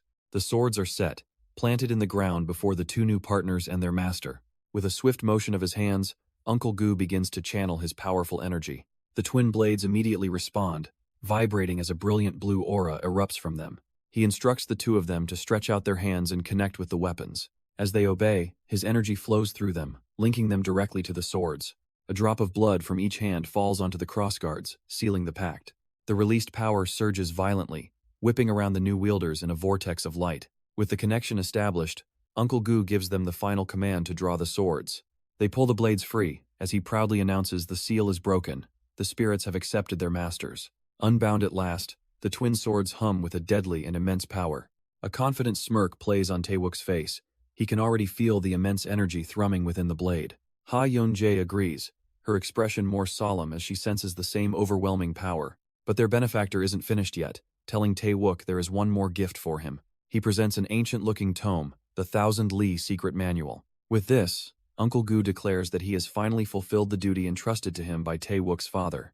Now that the promise is kept, Tae-wook demands the truth he has been seeking for so long. Uncle Gu agrees, beginning a dark tale about an organization called the Wolf Pack and their forbidden techniques. Tae-wook immediately recalls his father's condition, asking if he was also connected to this shadowy group. With a grim look, Uncle Gu confirms that it is highly likely. The weight of this revelation hangs in the air, and Ha Yeon-jae suddenly worries if Tae-wook is their next target. Tae-wook's eyes narrow. He realizes he's probably been their target for a very long time. He asks if the Wolfpack was responsible for Uncle Gu's injuries too, which the man confirms. The next logical question falls from his lips. Were they also involved in his father's death? Uncle Gu explains that they were after his father's route, forcing him into hiding with the sword and manual. He had to pretend he didn't know Tae-wook, all to protect the only family his father had left. The weight of this sacrifice hits Tae-wook all at once, and his knees buckle beneath him. He kneels, thanking his uncle for secretly watching over him and his mother for all those years. But Uncle Gu pulls him to his feet, insisting there's no need for thanks between family. They move outside, as there's still more to discuss regarding an upcoming martial arts tournament. Then, the final bomb drops. One of the top 10 families is secretly working with the Wolf Pack. Ha Yeon-jae immediately suspects the Shim family, and Uncle Gu confirms it's a strong possibility. She quickly pulls out her phone, intending to have her own uncle investigate the lead. But Uncle Gu stops her, warning that they need solid evidence before making any rash moves. The gravity of the situation sinks in, and she realizes her thoughtless approach could have been a fatal mistake. Shifting gears, Uncle Gu turns to Tae-wook, offering his personal help to train for the upcoming tournament. With a plan set, they vanish into the serene, secluded mountains to begin their intense preparation. Unbeknownst to them, a hooded figure is hunting them down, baffled that their energy signatures have suddenly disappeared. He scans the area, certain they must be hiding nearby, just beyond his perception. But his search is cut short, as a brilliant pillar of light erupts in the distance, signaling he must return immediately. The immense power is unmistakable, a beacon tearing through the sky from the very valley they're training in. And elsewhere, Ha Won-gyu's men realize they've lost their targets, and a wave of panic sets in. He quickly pulls out his phone to report the failure, ordering his crew to keep searching for Yeon-jae. He nervously informs his boss that they have a huge problem. The wolf pack has appeared. On the other end, Ha Young-ok erupts, demanding to know Yeon-jae's current status and location. His subordinate confirms their worst fears: she disappeared with Gubon Sung and Kang Tae-wook. Ha Young-ok commands them to find her no matter what, his voice seething with controlled rage. He tells himself she should be fine with Gubon Sung there, but still decides he's heading out right away. Meanwhile, deep in the mountains, the training has begun, with Uncle Gu correcting Yeon-jae's basic sword stance. He then turns to Tae-wook, telling him he must feel the spirit of the blade to unlock its true potential. But back in his office, Ha Young-ok's calm demeanor cracks as he grips his phone, his anxiety finally showing. During her training, Ha Yoon-jae suddenly grits her teeth, a wave of pain overwhelming her. The heavy sword clatters to the ground as she collapses, unable to continue. Kang Tae-wook and Uncle Gu rush to her side, both asking if she's all right. Tae-wook's eyes lock onto her hand, noticing a thin trail of blood dripping from her palm. He reaches for her, but she pulls back, insisting it's just a scratch and that she can keep going. Uncle Gu calmly intervenes, telling her there's no need to rush and instructing Tae-wook to take her to rest. Tae-wook agrees, gently reminding her that damaging her body would make all her efforts worthless. Later, Tae-wook returns to the room where Uncle Gu is meditating, having put Yeon-jae to bed. Uncle Gu opens his eyes, immediately asking if Yeon-jae is asleep now. Tae-wook sits down, understanding that he was sent away for a reason, and asks what Uncle Gu wanted to discuss privately. Uncle Gu gets straight to the point, revealing he noticed something abnormal about Yeon-jae's dantian. Tae-wook's attention is immediately captured, and he presses for more details. The old master explains that something was sealed inside her core, a secret that can only be uncovered through cultivation. A flash of regret crosses Tae-wook's face. He confesses he never wanted to drag her into this dangerous life. Uncle Gu delivers a hard truth. As the daughter of the Ha family, a peaceful life was never her destiny. Tae-wook's resentment for her father, Ha Jong-wook, surfaces, questioning how anyone could trust a man who uses his own child. But Uncle Gu turns the logic back on him, questioning if even Tae-wook's own father would have trusted a man like that. The profound question strikes a nerve, and Tae-wook is forced to admit his own short-sightedness. Just as this moment of clarity settles, an ominous presence arrives outside their tranquil hideout. A hooded figure grins from the shadows, having found his prey and ready to wipe them all out. A sinister wave of purple energy slams against a golden barrier, but Uncle Gu stands his ground. The entire sanctuary glows, protected from the dark assault of the uninvited guest. The hooded figure scoffs in disbelief, shocked that his ambush was so easily blocked. Annoyed, he commands his cloaked underlings to focus their power and break the barrier down. Inside, the impact alerts Tae-wook, whose senses are far too sharp to miss the attack. Uncle Gu grimly confirms their fears. The wolf pack has arrived, much earlier than he'd anticipated. Tae-wook, however, remains calm, telling him not to worry and to continue Yeon-jae's training. But just as he prepares to face the enemy, a sudden alarming sound comes from her room. He bursts in to find Yeon-jae on the floor, her body shaking violently. A deep, unnatural cold radiates from her. Her cultivation has gone horribly wrong. Tae-wook holds the shivering Yeon-jae, alarmed by the sudden deep chill she's feeling. Uncle Gu rushes in, immediately recognizing the cold energy in her body has been dangerously stimulated. He moves to check her pulse, needing to confirm the severity of her internal state. While trying to reassure them, his expression shifts the moment he feels her wrist. His face grows grim. He can faintly sense a strange, potent aura coming from within her. He reminds Tae-wook. Tae-wook hesitates, thinking of the enemies outside. But Uncle Gu is adamant that Yeon-jae is the priority. With his decision made, Tae-wook's eyes flare with resolve. He will handle this himself. He sits her down and begins channeling his own energy into her, a soft blue light enveloping them. As the healing begins, he entrusts the defense of the dojo to Uncle Gu, knowing everything rests on his shoulders now. Uncle Gu gives him a nod of absolute trust, telling him to focus only on the treatment. With a reassuring promise that all will be well, Tae-wook begins the energy transfer. But the moment his power flows into her, Yeon-jae lets out a piercing scream of agony. The world dissolves around them, reforming into a vast, frozen wasteland. He calmly asks her how she feels, his expression betraying no surprise at their sudden shift in location. She realizes with a start that the violent shaking is gone. She feels much better. Tae-wook explains they've entered her subconscious, leaving her baffled as to how that's possible for a non-practitioner. He then turns her attention toward a massive structure looming in the snowy distance. There, embedded in a mountain of ice, is the colossal, dormant silhouette of a dragon. She stares in utter disbelief, completely unaware of the incredible power sleeping within her own mind. He instantly warns her not to touch it, but Yeon-jae is mesmerized, reaching out against his advice. The moment her fingers graze the surface, the entire mountain of ice begins to crack, and he yanks her back as she stumbles. A thunderous roar erupts from within, shaking the very foundations of her subconscious world. The beast bursts free, a majestic and terrifying ice dragon, its immense form coiling in the air above them. Yeon-jae is completely stunned, struggling to process that this incredible creature was sealed inside her. Her shock quickly turns to suspicion, looking at Tae-wook and demanding to know what he is to have known about this. But before he can answer, the dragon fixes its gaze on them, gathering a blindingly bright energy in its jaws. Tae-wook immediately pulls her behind him, shielding her from the incoming blast without a hint of fear.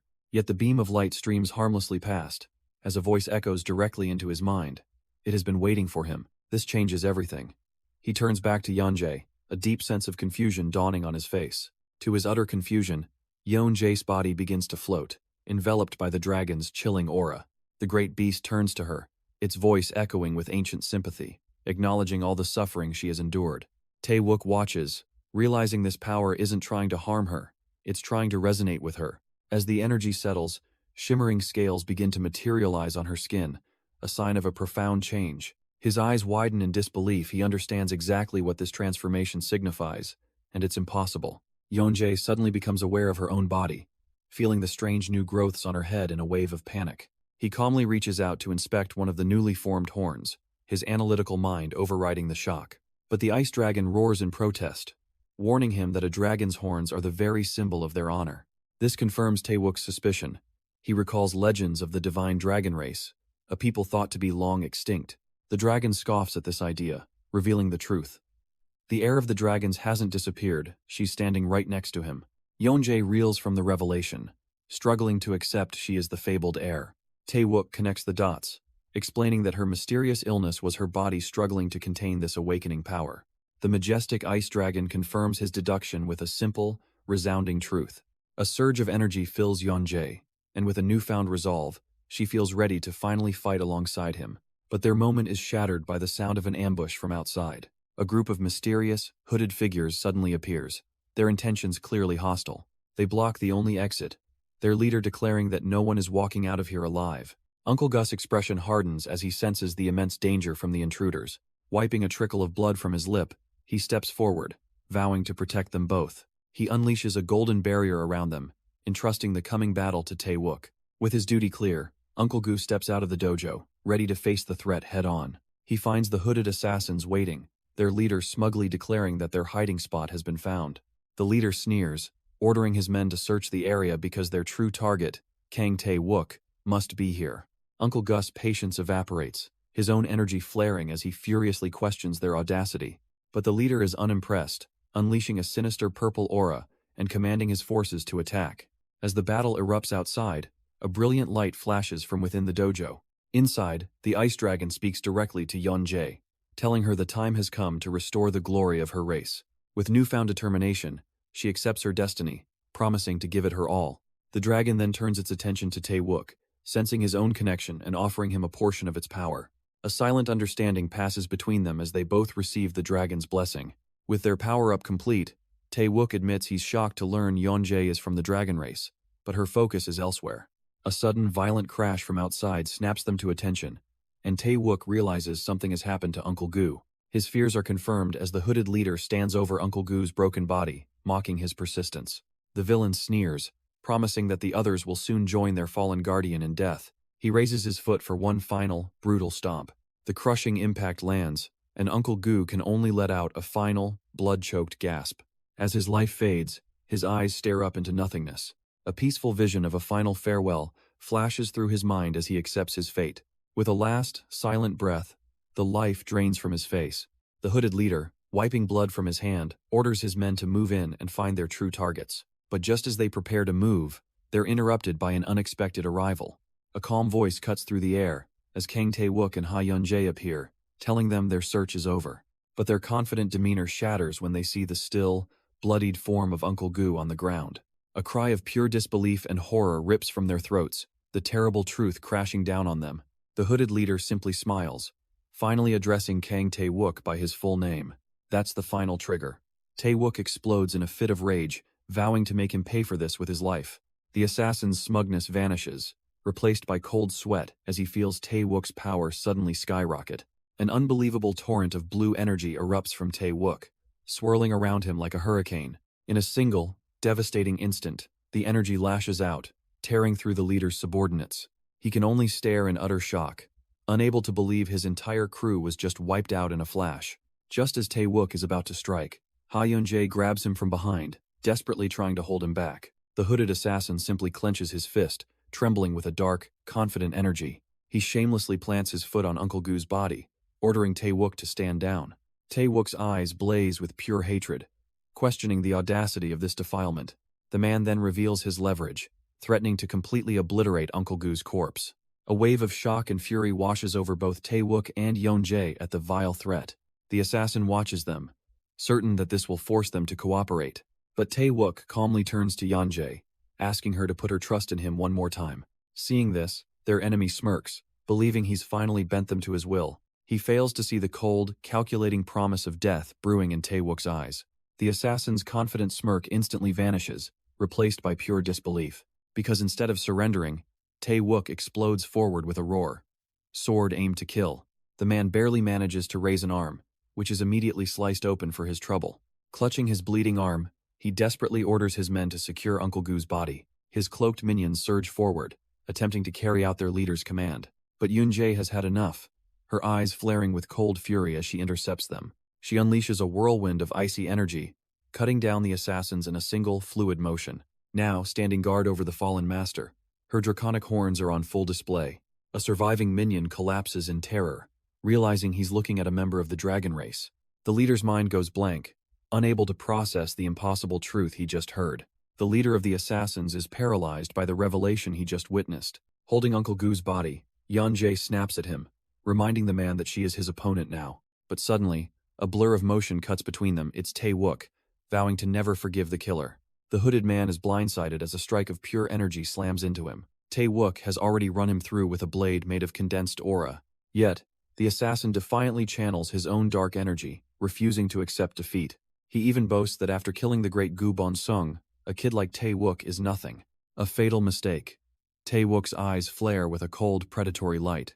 The assassin's dark tendrils evaporate against Tae-wook's superior power, and with a contemptuous burst of force, he sends the man flying helplessly into the air. The remaining assassins hesitate, their leader screaming at them to stop the intruders. But Tae-wook stands his ground, his single-word command cutting through their fear. The assassins realize their fate is sealed if they fail to kill Tae-wook. They're all dead anyway. With a final, desperate roar, the hooded figures decide to charge all at once. A cold, menacing smirk spreads across Tae-wook's face. These fools don't even deserve pity. He erupts in a storm of blue energy, promising to bury them all with the old man they murdered. The crew can only watch in horror, realizing his power has surged to the 8-star realm. A blinding flash of pure force explodes outwards, engulfing all of them in an instant. The impact shatters their defenses, sending blood flying from their mouths. They are thrown into the air like weightless dolls, their screams lost in Tae-wook's overwhelming power. The assassins are torn apart as raw energy rips through their bodies. Their leader can only stare in disbelief, unable to comprehend this level of power. Tae-wook's technique is brutal, extracting the very inner cores from his foes. He feels his own power surging, realizing it might be the dragon's energy awakening. A lone survivor tries to bluff, warning Tae-wook that killing him will have dire consequences. But Tae-wook is completely unimpressed, calmly asking him to name his backer. The assassin freezes, his empty threats dying in his throat. With a chilling finality, Tae-wook impales the man, telling him to just die already. Blood spills from the final assassin's lips, as his life is brutally extinguished. With the battle over, Tae-wook's gaze is filled with a cold, somber light. He remembers the kind old master, Uncle Gu, who had always looked after Ha Yun-jae. Now, the two of them can only kneel before his coffin, paying their final respects. She tearfully explains that the old man used his own body to shield them from the wolf pack. Tae-wook is racked with guilt, feeling he was too weak to protect even one of his own. But that sorrow quickly hardens into a chilling, unbreakable resolve. Before them lie the master's legacy, his twin swords and the books containing his life's work. Taewook picks one up, deciding he'll go to the capital to find who ordered the kill. He then makes a solemn vow to avenge him by wiping out the entire wolf pack.